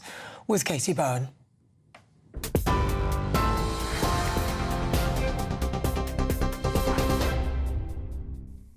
Good afternoon. It's 3 minutes past 2. Your latest news headlines from the GB newsroom. US President Donald Trump has sent a letter to the BBC threatening legal action. That's as the chairman of the corporation has written to MPs, apologising for an error of judgment made when editing a speech by the president. In a letter to the Culture, Media and Sport Committee, Chairman Samir Shah said it would have been better to take more formal action after it was revealed the corporation edited a speech President Trump made on the day of the Capitol Hill riot in 2021. Several days of pressure on the broadcaster prompted the resignations of both Director General Tim Davie and CEO of News Deborah Turnus yesterday evening. Ms Turnus said this morning that there is no institutional bias at the BBC. The President welcomed those resignations last night. Chairman Samir Shah said that there had been more than 500 complaints since the publication of the memo that raised concerns about the editing of the speech by Donald Trump, adding, "We accept that the way the speech was edited did give the impression of a direct call for violent action." Number 10 have said this lunchtime that the Prime Minister does not think that the BBC is institutionally biased. Leader of the Liberal Democrats, Sir Ed Davey, defended the broadcaster earlier. BBC isn't perfect, and we've had our criticisms, but it is the one institution that's protecting British values from a full Trump takeover, and as that very precious institution, Liberal Democrats will defend it. I think the board of the BBC certainly have questions to answer about how they have handled this, but I think the key issue for politicians today is, are they going to defend the institution of the BBC? It's a world-leading institution, the most trusted media institution in the world. Elsewhere, in other breaking news this lunchtime, former French President Nicolas Sarkozy is set to be released from prison 3 weeks into a 5-year jail sentence. A Paris court made the decision this morning. The 70-year-old will be placed under judicial supervision and banned from leaving France. An appeal trial is expected to take place later. Sarkozy, who led France from 2007 to 2012, was jailed last month after being convicted of conspiring to raise campaign funds for Libya. From Libya, rather. Sarkozy has consistently denied wrongdoing and has called the case politically motivated. And another illegal migrant removed under the France returns deal has crossed back into the UK, GB News can exclusively reveal. GB News has discovered the migrant arrived back into UK waters on a small boat yesterday. He was one of almost 400 small boat migrants picked up in the Channel by Border Force and taken to Dover Harbour. A Home Office spokesman said anyone looking to return to the UK after being removed under the UK-France agreement is wasting their time and money. They added that this individual was detected by biometrics and detained immediately. Downing Street insisted that the detection of a second one-in, one-out migrant returning to the UK showed the system was working. Those are your latest GB News headlines. Let's go back to Tom and Nana.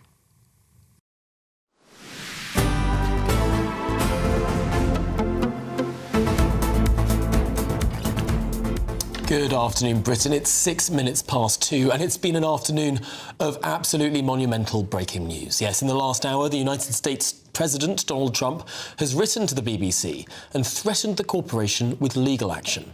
Yes, BBC Chairman Samir Shah has confirmed they've received the letter and are now considering how to reply to it. Well, the man in the know is, of course, our national reporter, Will Godley, who can join us now live from Broadcasting House. And, Will, just before, I know you've got a guest with you, but just before, this letter is huge. Absolutely massive, and will be kind of not what the BBC are wanting right now at all when they are considering how to reply to Donald Trump, given that there are precedents for broadcasters paying out huge sums of money in Trump's lawsuits. Just look at America. Recently, ABC had to pay out a £12 million defamation settlement, and in a similar case to the one we're talking about today, a misleading edit in a long-form documentary in America, a programme there called 60 Minutes, broadcasts on CBS. The parent company of that is Paramount. Well, they had to settle a £13.5 million settlement with Donald Trump over claims that they misled the programme and viewers in how they edited him. Well, that's exactly the same claims that the BBC are facing today and what they have apologised for today. And taxpayers watching right now will no doubt be furious to hear that Donald Trump could receive some of their money for mistakes that the BBC have made. Well, the BBC chairman has apologised for what they're calling mistakes, and a large part of that apology comes down to this BBC Panorama into Donald Trump broadcast last year. I can read you a section from that letter now when they said, "We accept the speech of Donald Trump was edited to give the impression of a direct call for violence. The BBC would like to apologise for that error of judgment." Well, we can speak now to someone who used to work for the BBC, Suzanne Evans, current political consultant. Thanks for joining us on GB News. This apology letter submitted to MPs earlier this afternoon, a bombshell letter. What do you make of it? I think it's quite interesting in that I actually don't think it's bombshell enough. Here you've got the Director General, the Chairman, trying in a sense to make excuses, I think, for the former Director General and the Head of News. They talk about mistakes made, but there's no sense to me in that letter that we've made a massive mistake. We really are truly culpable. The whole kind of ethos of the BBC is now under threat. It's very much, I felt, the overall theme of the letter was, yes, we made mistakes. They are explainable. Nothing to see here. Let's move on. And Tim Davies been Director General for 5 years now. In that time, he's overseen a number of different scandals, whether that's claims of bullying, whether that's inappropriate behaviour from presenters, or other problems when it comes to their coverage of the Israel-Gaza war. But none of those led to any resignations. This one has, though. Why do you think this is the tipping point that has led to a resignation? I think it was partly in your introduction to this segment, Will, when you were talking about the potential threat from Trump in terms of financial penalties to the BBC, and the fact that he could, I think, quite justifiably bring a lawsuit against them, and the outcome of that, we have to see if it happens and what the outcome would be. But yeah, I personally I think the thing that horrified me most was the Hamas documentary that was fronted by the son of a Hamas leader. And you think if heads didn't roll then, why on earth not? There's been almost a snowball effect, hasn't there? There's the Glastonbury incident as well with Bob Villan. There's been, as you say, the child abuse scandals with various presenters. It's almost a snowball effect, and now we've got to this situation where the BBC might be very well facing real problems financially. So I think this is why it's come to a pass now, but arguably it perhaps should have happened a lot sooner. Well, this broadcast happened over a year ago. At the time, the BBC said very few complaints made by the public, now more than 500. They knew about the concerns made by Prescott at the time when he made about these complaints. Why do you think it's taken until now for heads to roll? I think it's the wider publicity, isn't it, that this has come out. It's Michael Prescott, who was on the editorial guidelines and standards committee, and his 19-page dossier, which outlined so many areas in which the BBC was arguably demonstrating bias. So it's really the publication of that report that I think has brought us to this point. And now, of course, other people have seen the clip, they've seen the way in which the Trump speech was edited. And let's not forget, it was broadcast a week before the US elections. Now, when you think of the way in which many BBC journalists, for example, complained about Russian interference in the Brexit vote, just one example, and now here they are arguably threatening democracy in the United States of America a week before the election. So it's a very, very serious mistake that they made, very serious problematic editing, and you can't help wondering if there is a culture at the BBC that is very much anti-Trump. So why did nobody question it? I know it was made by an independent company, but why didn't the big cheeses of Panorama check the edit, check the broadcast against the speech actually delivered? It didn't happen because the mindset is anti-Trump, and so people thought, well, he was dreadful, he did incite the Capitol riots. Yeah, that's a true representation of what he said. So the checks and balances, and it comes down to balance. When I worked at the BBC, there was almost an over-obsession with balance, about getting everything absolutely right and letting the other side of the story always be heard. That seems to have gone now. Well, the BBC chairman, Samir Shah, in his letter to MPs said he will personally ensure the BBC continues to take necessary action to retain that public trust. How do you think he'll be able to do that? It's very interesting because, in a sense, Samir Shah, he was brought to this country from India when he was a child by his parents. He was educated at public school. He's got various degrees and doctorates in the arts field. In a sense, he's a typical BBC insider, even though as chairman, of course, his job is to have a more overarching view and to be able to bring influence to bear on the corporation from outside. So it'd be very interesting to see whether he can do it. I think his letter suggesting that Michael Prescott got a lot wrong rather suggests he won't be able to achieve that goal. Suzanne Evans, thanks for joining us on GB News. A big job for the BBC now as they navigate these claims of systemic bias at the corporation, particularly as they look to renew their new charter. Of course, that current one runs out in 2027. This is effectively how they justify people paying the licence fee. If they can't do that, well, are people still going to pay the licence fee that pays for the corporation behind me? All right, Will Godley, thank you very much. He's live in the Broadcasting House. I just wanted to read the rest of the speech. Yeah. Because Donald Trump, the way they've sliced it. So what he actually said, he said, I know that everyone here will soon be marching over to the Capitol building to peacefully and patriotically make their voices heard. And they cut out the peacefully protest. They stopped to peacefully protest. And they've spliced in the words fight, fight, fight. See, that's the which worst, was 52 minutes later. Exactly. And so the worst bit is that the words that followed, and it's a shame we didn't show a longer part of that, were the words peacefully and patriotically. Yeah. And I think that is that is why, to me, there is intent. Well, shall we speak to this, all of this, with the leader of the London Conservatives in the London Assembly, Susan Hall. Susan, thanks so much for being with us here today. Firstly, your reaction to this letter that Donald Trump has now sent to the BBC, which we understand carries the threat of legal action. Well, I don't blame him, do you? I mean, if you or I were in his boots, I think we'd do the same. I mean, what the BBC did here was outrageous, absolutely outrageous. And I agree with Nana there saying he said peacefully. Well, of course, they're quite happy not to put that anywhere near it. And I think Suzanne Evans, I agreed with everything she said. I don't think that they like Trump, and they've made that clear. And the trouble with the BBC is they always think they're right. I'm afraid they're like very many left-wing politicians.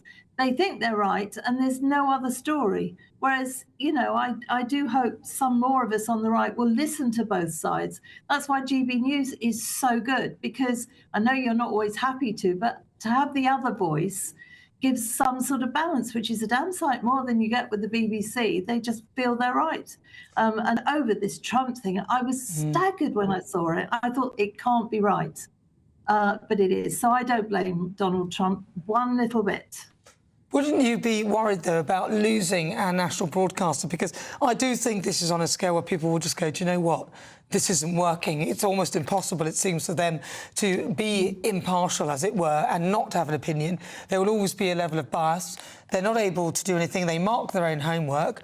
But wouldn't you be concerned if we lost the BBC as a broadcaster? In general, yes, I would. I mean, I remember when it did appear to be more impartial. I mean, Tim Davie has had 5 years to sort this out, and he hasn't. And the problem is too many people at the top just assume what they're doing is right. Marking their own homework doesn't work. But I tell you what, though, I am very concerned that, I mean, obviously, Tim and Deborah have both gone, but what about the people that actually made the programme? Yeah. What about the Panorama people that spliced that? They must have known what they were doing. And who signed it off? Because if they're left in place, it doesn't matter who else you get at the top. If those sort of people are still in place, prepared to do that, then it's going to continue, isn't it? I think that's a very perceptive comment. The BBC is such a huge organisation with so many different departments, so many people working for it. Frankly, is reform possible of this organisation? I mean, there's going to be an almighty task for whomever is appointed the next DG. Well, there is, but I mean, I agree with you, Nana. I think we need a proper state broadcasting corporation. And in days gone by, because I go back a fair way, it did seem to be, but it's got worse and worse over the years. And the Gaza stuff was absolutely dreadful. But I mean, to do that to the most powerful politician, if you like, in the world, who is very litigious, and I don't blame him, it could cost all of us, because we all pay for the BBC, an absolute fortune. And I don't blame Donald Trump threatening a lawsuit at all. I don't blame him. And the thing is, it's been something that has, in my view, it appears to have got worse. But that they have had people like Jimmy Savile, they've had Hugh Edwards, Martin Bashir, all these other things. And had that happened to us here on GB News, Ofcom would be down on us like a ton of bricks. Do you think perhaps the BBC needs to let go of marking its own homework now and be accountable directly to Ofcom? At the very least. And of course, and perhaps Ofcom shouldn't be as persistent as they are with GB News. I mean, the left wing people just would get rid of you in a heartbeat. Well, I'm afraid, we all pay for the BBC, and that's the difference. We don't all pay for GB News. You get your money from advertising, etc. But we all pay for the BBC, so we're entitled for it to be impartial, and it absolutely isn't. And until it is, I don't think, if you look at the actual licence fee, should we be paying that if they're not impartial? But they're really going to have to move some to persuade people like me. Have we passed the point of trust? I mean, you talk about people like you. I'm sure you're speaking for millions of people up and down this country who have fond memories of the BBC, who grew up with the BBC. But frankly, something has shifted in the last decade or so where there's been that fundamental bond of trust that has been broken, and something like that is so hard to rebuild once it's gone. It is, Tom, and I think we can all agree that is a shame.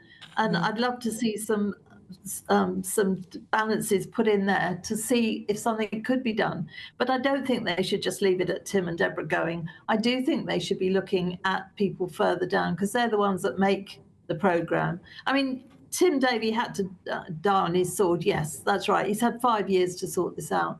But people doing Panorama, I mean, there were aspects of the situation when they went undercover in that police station, plying some of those people with loads of drink. Yeah, what they said is wrong completely. I'm not saying that. But to get information and stories through plying people with drink, that is also suspect, I'd say. You've got to look at what they did on Brexit. They couldn't believe that we all voted for Brexit. They should have been on the front doors knocking and speaking to people. Those of us that had done that weren't at all surprised. But a lot of them have lost touch with reality. And reality is that some people on the right are getting more and more vocal. And they should see that by the rise of reform. They're just closing their eyes and thinking they're right about everything, and things will just go on as they are. Well, they won't now. They won't. They'll have to do something. And it's not even a London thing. So often people say sort of the BBC has such a London mindset, but it's smaller than that for some of these journalists. I mean, one of my most favourite heterodox statistics is more people in London voted to leave the European Union than voted for Sadiq Khan. I know that. And yet, you know that better than most people, I suppose, Susan. And I suppose it's not even necessarily a London point of view. It's a much more myopic point of view than that. Yes, that's right. Well, if you look at the Labour Party now, they don't stand up for proper Labour. I love some old-fashioned Labour people. I do. The head of Labour on the GLA, Len Duval. I'm so fond of him. I don't agree with his politics, but I know where he's coming from. But if you look at the top elite of Labour Party at the moment, they're all that sort of Islington, sort of Champagne socialist sort of people. They don't stand up for good old-fashioned Labour voters. They're in a different world. They don't live in the world we live in. All right, Susan Hall, really good to talk to you. Thank you so much. That is Susan Hall. She's the leader of the London Conservatives in the London Assembly. Thank you. Well, now let's speak to a media lawyer. Delighted to be joined by Jonathan Code, because Jonathan... I can't hear you very well, but I'm ready. OK, well, let's try and push through. Jonathan, thanks indeed for joining us. This is, of course, a big legal story now, because Donald Trump has threatened to sue the BBC. How would he do such a thing? Oh, what joy. How much additional fun does this add to the whole thing?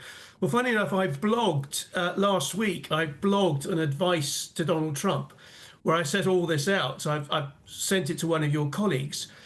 So absolutely, as I said last week, he does have a number of legal options. Yes. Now, thank you for putting that up. You have, however, highlighted the last sentence, but the important sentence is the one before. The conclusion of that deliberation is that we accept the way the speech was edited did give the impression of a direct call for violent action. Now, that is the key admission. So the way... Sorry? Do go on. The way a defamation claim would work, and he can either sue them for defamation. He's got 4 options, and they're not mutually exclusive. He can sue them for defamation. He can sue them for what we call malicious falsehood, which is essentially telling a lie, making a statement which you know is untrue, which normally you have to show damage, but if it's about your trade and profession, and this case it was Donald Trump being president, so he doesn't need to show damage, so he can sue them for malicious falsehood.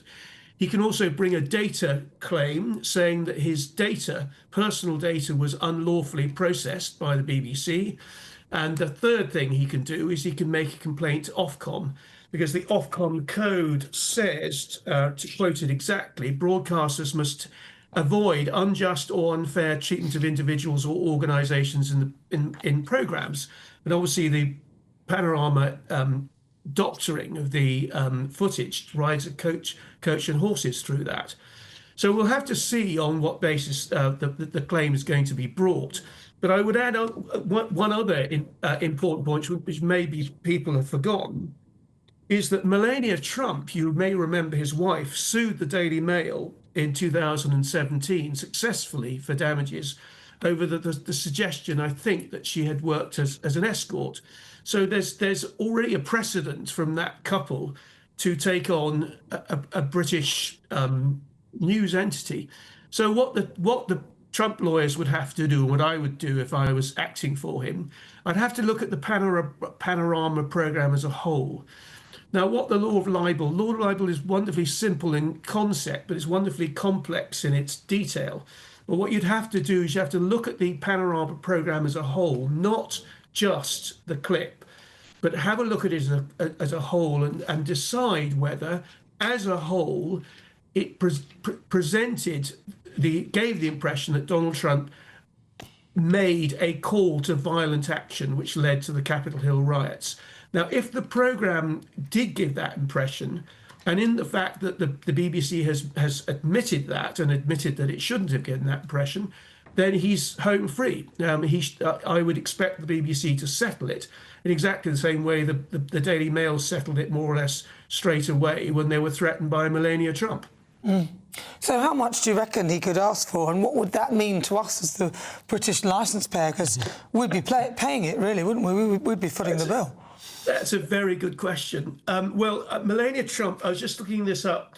I think she got about $2.5 million in damages. I mean, that was reported that the terms of the settlement will have been kept confidential. Given the annual turnover of the BBC, which is in its billions, I think. Sorry, do continue. I thought it was the claim letter. I got excited then.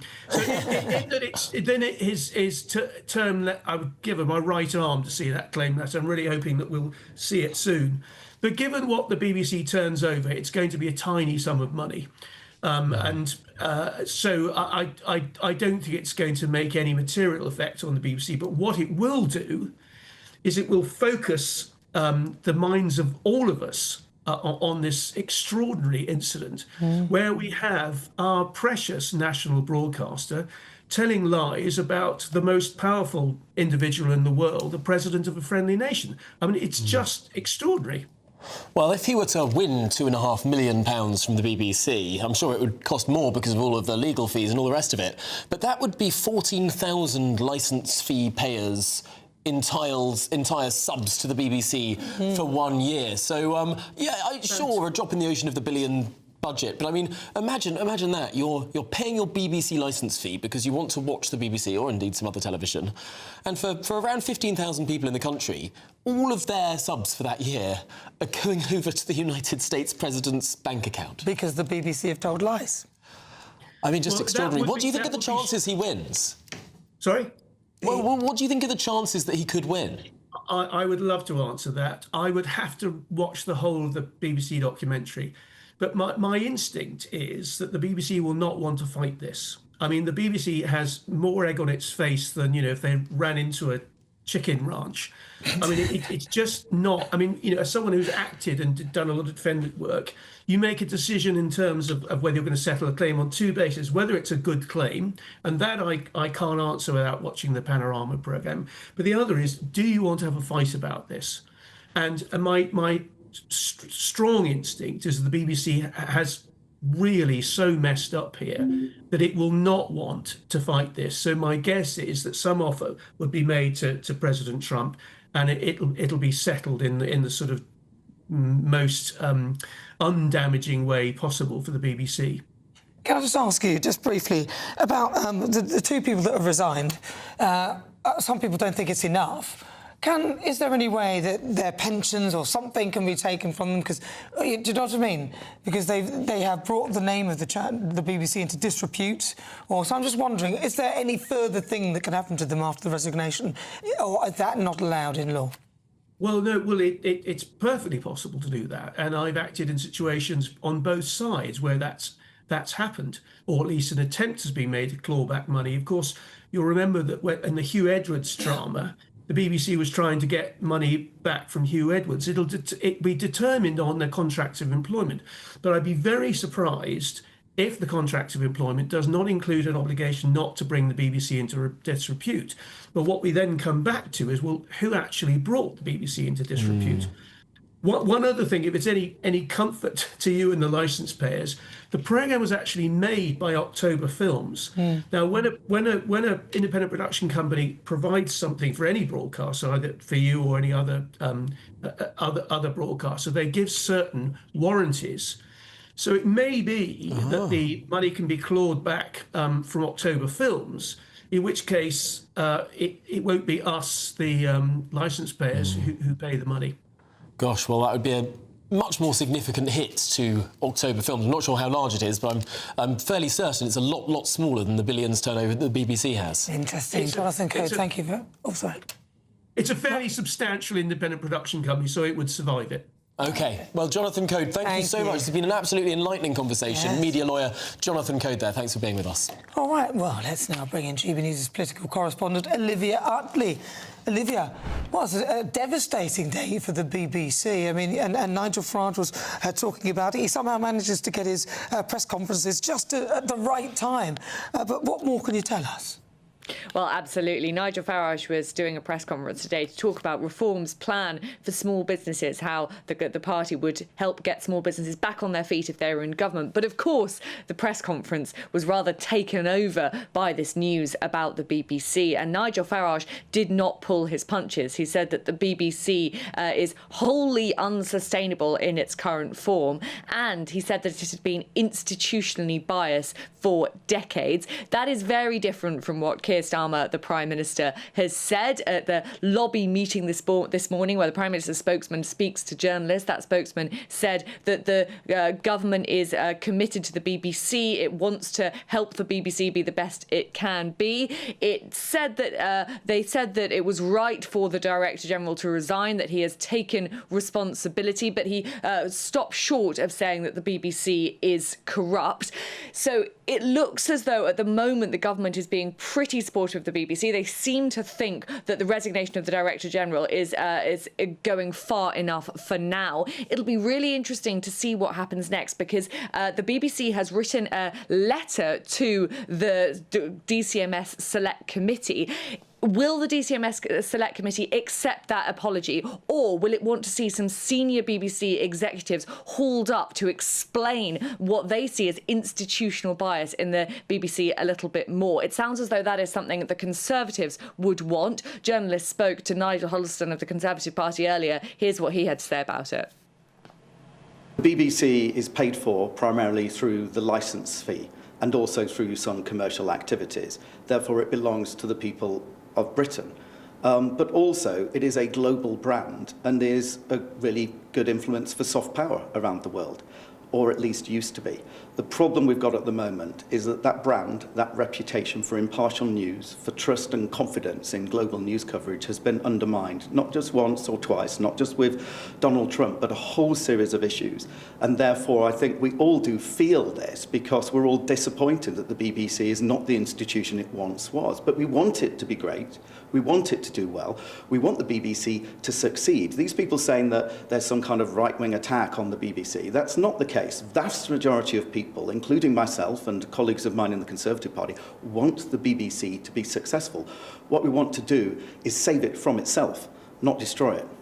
Well, as you heard there, what's so difficult for the BBC is that this whole string of controversies, because as Nigel Huddleston said, it isn't just about the doctoring of that Donald Trump video. There's also been this huge controversy over its coverage of the Gaza war. There's controversies of its coverage of trans issues. This whole string of controversies culminating in the resignation of both the Director General of the BBC and the Head of News at the same time, something which is totally unprecedented, comes against a backdrop of really serious questions for the BBC. BBC about its future in terms of its funding. Its current charter is due to come to an end in just 2 years' time. So at the end of 2027, politicians will make a decision on whether the BBC licence fee, whether that model of funding the state broadcaster with taxpayer money should be allowed to continue, or whether the state broadcaster should become some sort of hybrid service, perhaps with people having to pay a subscription to access the BBC. Those are questions which are very real. They're being asked in Westminster and around the BBC right now.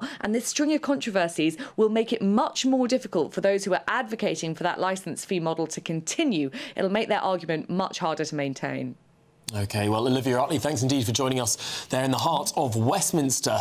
But, of course, this is a story that goes far beyond Westminster. It goes far beyond W1A. This cuts through to the very ethos of British media. I mean, as long as we've had broadcast in this country, we've had the BBC. It's been the mainstay. And now it seems like it is under pressure like never before. It does, and Keir Starmer hasn't really said anything about it, which I think is interesting. I think I'd like to hear something from him. He's out in COP. He flew there, I presume, in a private jet, probably to talk about the road that they built in the Amazon. £52 million, by the way, of our taxpayers' money to go nowhere, that road. Bulldoze a load of trees down there. Yeah, but it'd be interesting to hear what Keir Starmer has to say about this. Certainly, we'll keep a close eye on that. This has to be one of the most remarkable afternoons that I've done in this job. We're getting more news all the time. Do stay with us here on Good Afternoon Britain. We'll have much more on the developing crisis within the BBC after this.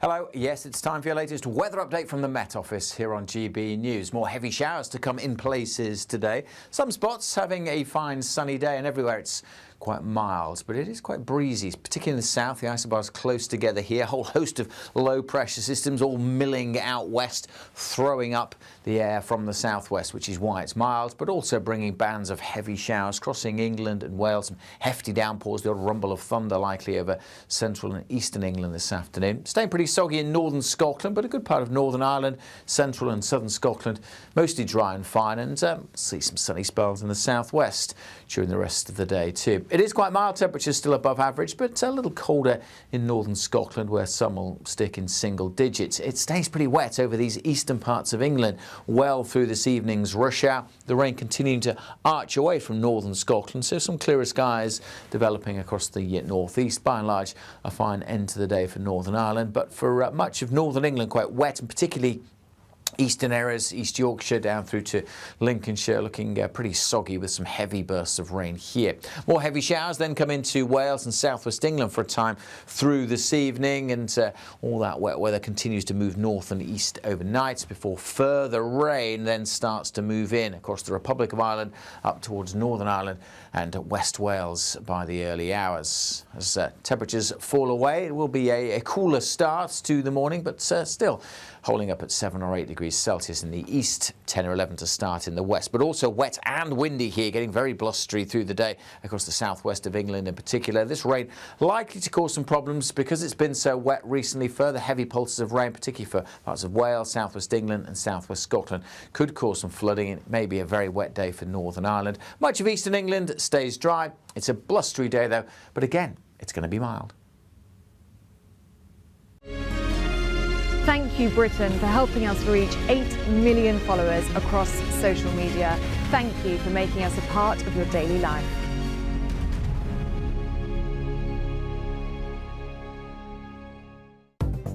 Good afternoon. This is the latest AI travel news from GBNews.com. Drivers should be cautious due to surface water. On the M48, a 7.5-tonne weight restriction for heavy goods vehicles is active. In Derbyshire, the A38 southbound is congested between the A50 and the A5132, delaying traffic by 15 minutes. An incident has closed one lane on the M6 northbound between junction 4 and 4A after a collision. On the M25, a road traffic accident has closed one lane clockwise between junction 5 and 6. And on the trains, major disruption is affecting East Midlands Railway through Grantham and Grand Central between Newark Northgate and Retford. For more travel news, go to gbnews.com.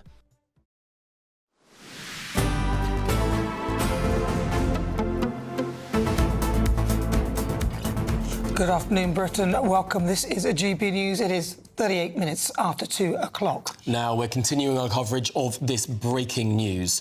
2 resignations, 1 letter from the chair of the BBC, and now a letter from the President of the United States threatening suing the BBC. This is the most extraordinary story, and we're covering it in every twist and turn as it develops throughout the afternoon. Well, right, joining us right now then to discuss this is the Associate Editor at The Telegraph, Gordon Rayner. Gordon, thank you for joining us. So what an extraordinary day it's been, in particular, obviously, for the BBC. How damaging do you think this is for the corporation? Well, it's hugely damaging, isn't it? I think that when we first started reporting about this last week, the BBC was hoping that it would go away. They were clearly hoping that nobody else would really pick up on our story, and that's why they didn't apologise a week ago. That's why they've been incredibly quiet for a week and up until, well, yesterday, really. And then it became obvious to the BBC that this wasn't going to go away, that it was outraging their audience and licence fee payers. And we've now got, as you say, this sort of extraordinary development of President Trump threatening to sue the BBC. We had those resignations yesterday. And from here on in, it's going to be very tough for the BBC because they have to find somebody to lead the organisation who can fix this. And I'm not even sure if they believe themselves that that's possible. I think there's a sort of growing sense that maybe that Director General job is too big for one person and they may need to have sort of structural changes. I mean, this is just so significant. And of course, we're leading on the Trump element of this. But Michael Prescott's note, of course, obtained by The Telegraph, published by The Telegraph, contained much more than just this Trump instance. There were issues of transgender coverage. There were issues of Israel-Hamas coverage. I mean, almost across the board on the big hot-button issues of the day, there are examples there of what one might describe as institutional bias. But now, today, the letter from Samir Shah, the chairperson of the BBC, he said that going forward, the BBC will commit to revisiting each and every item set out in Michael Prescott's note and take further action where appropriate. They were ignoring it last week. This week, they appear to at least be paying lip service to it. Well, to a point, but I think that the letter is very instructive because it's very defensive, as the BBC has been throughout this whole story.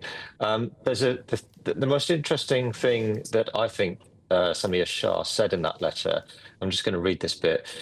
He spoke about the Trump editing, and he said, yes, they got it wrong, but he said it was done so the audience could better understand how it had been received by Trump's supporters and what was happening on the ground at the time. It's almost as if he hasn't read this story.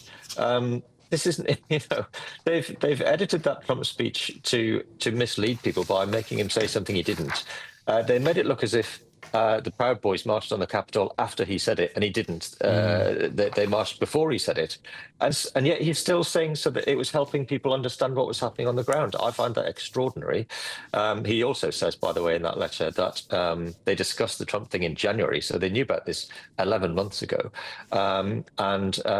It's a shame they didn't apologise at that point rather than waiting until this blew up in their face. Do you think they actually understand the magnitude of this? Because I don't think they do. In particular, where they would have known this was bubbling on in the background.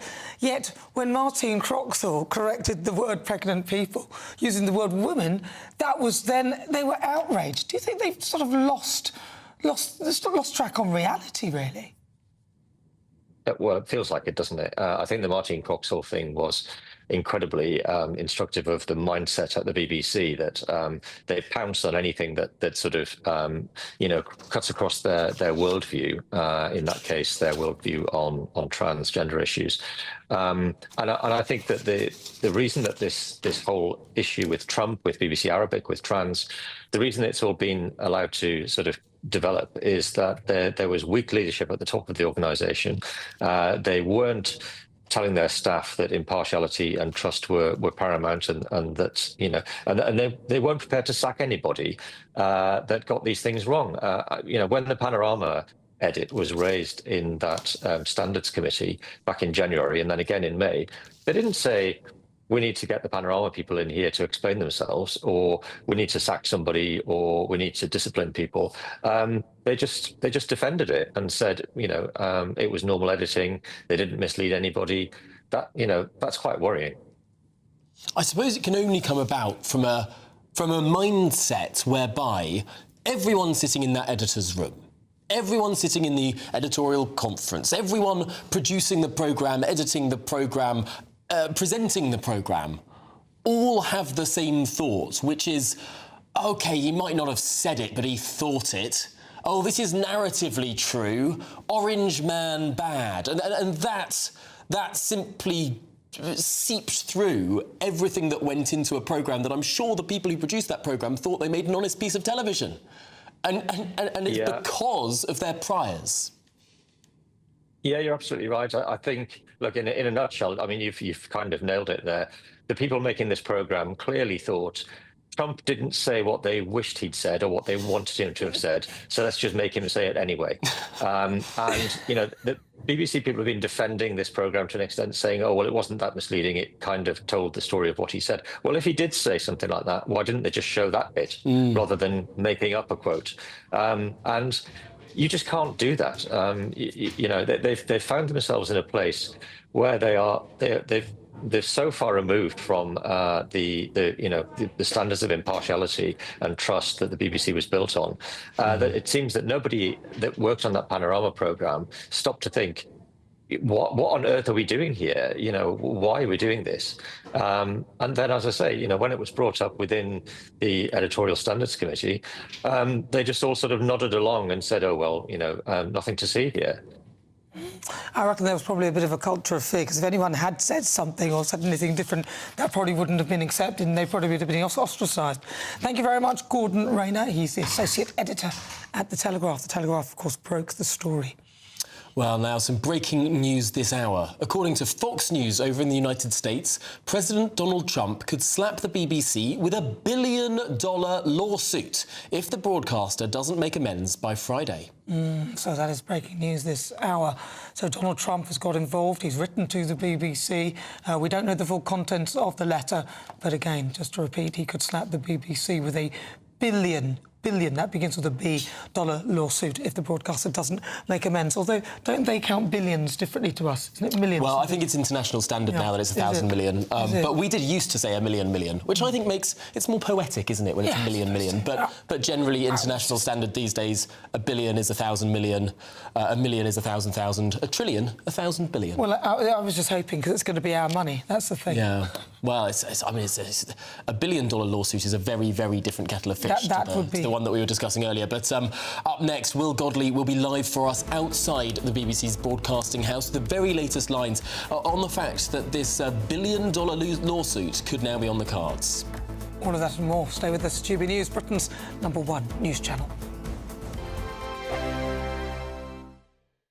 Hi, I'm Michelle Dewberry, and my show is your opportunity to cut through all the noise and dive in headfirst to some robust debates. Ideas clash. Situation, isn't it? No, because the failure is you're deliberately avoiding my point. Nothing's held back. And if you think this is the end of it, wait for more. And we do not shy away from the difficult stuff. Sometimes I want to shake people and say, if only you understood. So join me on Jubes & Co. weeknights at 6 p.m, only on GB News, Britain's news channel. Westminster's full of talk, but out here, it's the real world. Am I allowed to talk then? No, that's it. This is where it matters, real people and real lives.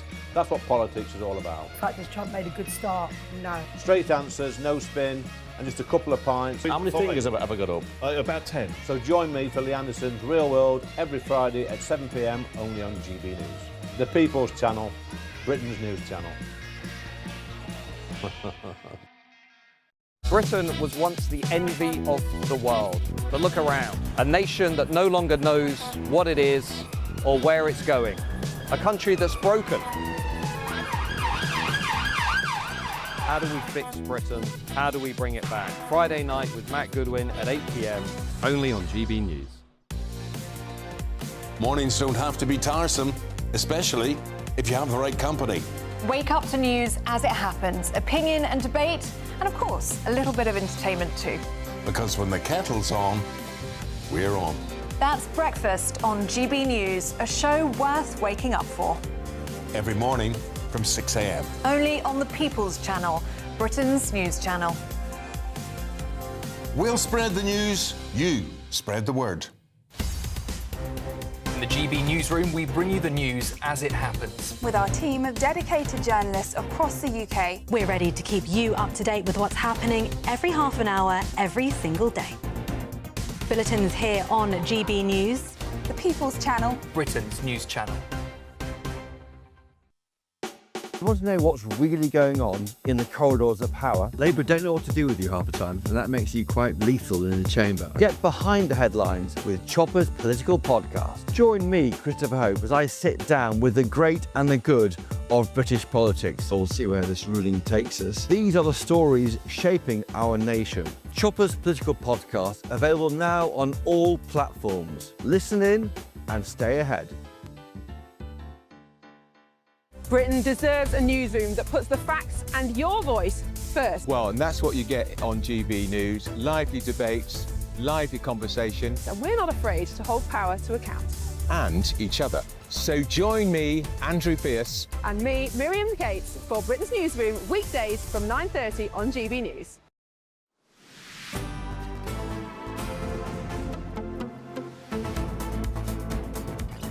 Good afternoon, Britain. It's just coming up to 10 minutes to 3 o'clock. We're live on TV, online and on digital radio. This is GB News. We have some breaking news for you. Absolutely. Fox News over in the United States is reporting that the threat of legal action Donald Trump has brought against the BBC could turn to be a $1 billion lawsuit. That's billion with a B. Yeah, so if that's the case, I don't know whether that would potentially signify the end of the BBC, but I suspect that would be close. Now, of course, all of that was to do with the doctoring of Donald Trump's speech during those Capitol Hill riots, and where they kind of changed the meaning to what he was saying. Now, I'm going to tell you what he actually said, and then they sliced it. So what Donald Trump said was, I know that everyone here will soon be marching over to the Capitol building. That's where it was sliced, to fight, fight, fight. But actually, the ending of what he said was to peacefully and patriotically make your voices heard. Shocking. It's a very, very different meaning, isn't it? And that fight, fight, fight element that was spliced into there to make it sound like he was telling them to go there and fight, that was said 52 minutes later. Yeah. It's not like it was the next sentence or even the sentence after that. It was 52 minutes later. Well, shall we cross now to our national reporter, Will Godley, joins us from Broadcasting House. Will, I mean, if this really does run into a $1 billion lawsuit, that is I imagine it's unprecedented for the BBC. Well, it will certainly have a lot of people panicking in the building behind me. Certainly the lawyers who will simply want to settle this outside of court. That is, of course, the precedent when it comes to these kinds of things. Donald Trump brought a number of lawsuits on other broadcasters in the United States recently, namely ABC, who he brought a lawsuit for defamation. Well, they settled out of court. That settlement reached £12 million. And then CBS, they had a lawsuit from Donald Trump after claims that they misled the audience in an edit of their 60 Minutes programme. That is effectively the equivalent of the BBC Panorama programme. Now, that also was reached out of court, and that settlement was slightly higher at £13.5 million. Whether the BBC would want to settle or not, we have to wait and see. We haven't yet seen what Donald Trump is threatening the BBC for ourselves yet. We only have learned that the BBC have confirmed that they have received a letter from Donald Trump. Of course, this comes after the BBC chairman apologised to MPs today in a written letter, a 4-page long letter. letter for that BBC Panorama episode that was broadcast over a year ago, before the US election, a week before the US election, where, as you say, they spliced together these two bits. And in their apology, they admitted that they accepted the speech was edited, they said, to give the impression of a direct call for violent action. And then they went on to say the BBC would like to apologise for that error of judgment. Well, of course, they're going to have to reassure MPs and the public of what they're doing to ensure these kinds of mistakes don't happen again. And in that letter, they said they will immediately be appointing a new director of documentary and long form, hopefully keeping an eye over these kinds of projects and mistakes to avoid anything like this ever happening again. All right, Will Godley, he's there outside the BBC, GB News' national reporter there in Broadcasting House. Shocking, really. So Donald Trump is quite serious. The BBC are in trouble for this one, and I'm not surprised that he's angry. I'd be furious if somebody changed the meaning of what I said, especially what he went through during that time. But now they've got a deadline. Friday is the day that they have to make changes by, according to Fox News over there in the United States. Do stay with us. This story is developing all the time, and it's the one and only Martin Daubney who's going to take it with you through the rest of the afternoon. Expect warm spells with the odd rude interruption. Box Boilers sponsors the weather on GB News. Afternoon, welcome to your latest weather update from the Met Office here on GB News. More wet weather to come tomorrow, particularly in western areas where we have Met Office yellow warnings in place. Also in the west where we'll see the strongest winds, and yet again for most of us it's staying pretty mild. This low pressure system will bring the wet weather tomorrow. Ahead of it we've got low sitting over us already. It's been bringing some downpours through the afternoon and still through the evening. Some heavy rain to come across northeastern England, especially a lot of spray and surface water on the roads as that gradually pulls away before midnight. A few showers across southern England and northwest Scotland, and then that next weather system comes in, bringing rain to Northern Ireland, West Wales by dawn. With clearer skies ahead of it, could turn a little chilly, certainly compared to recent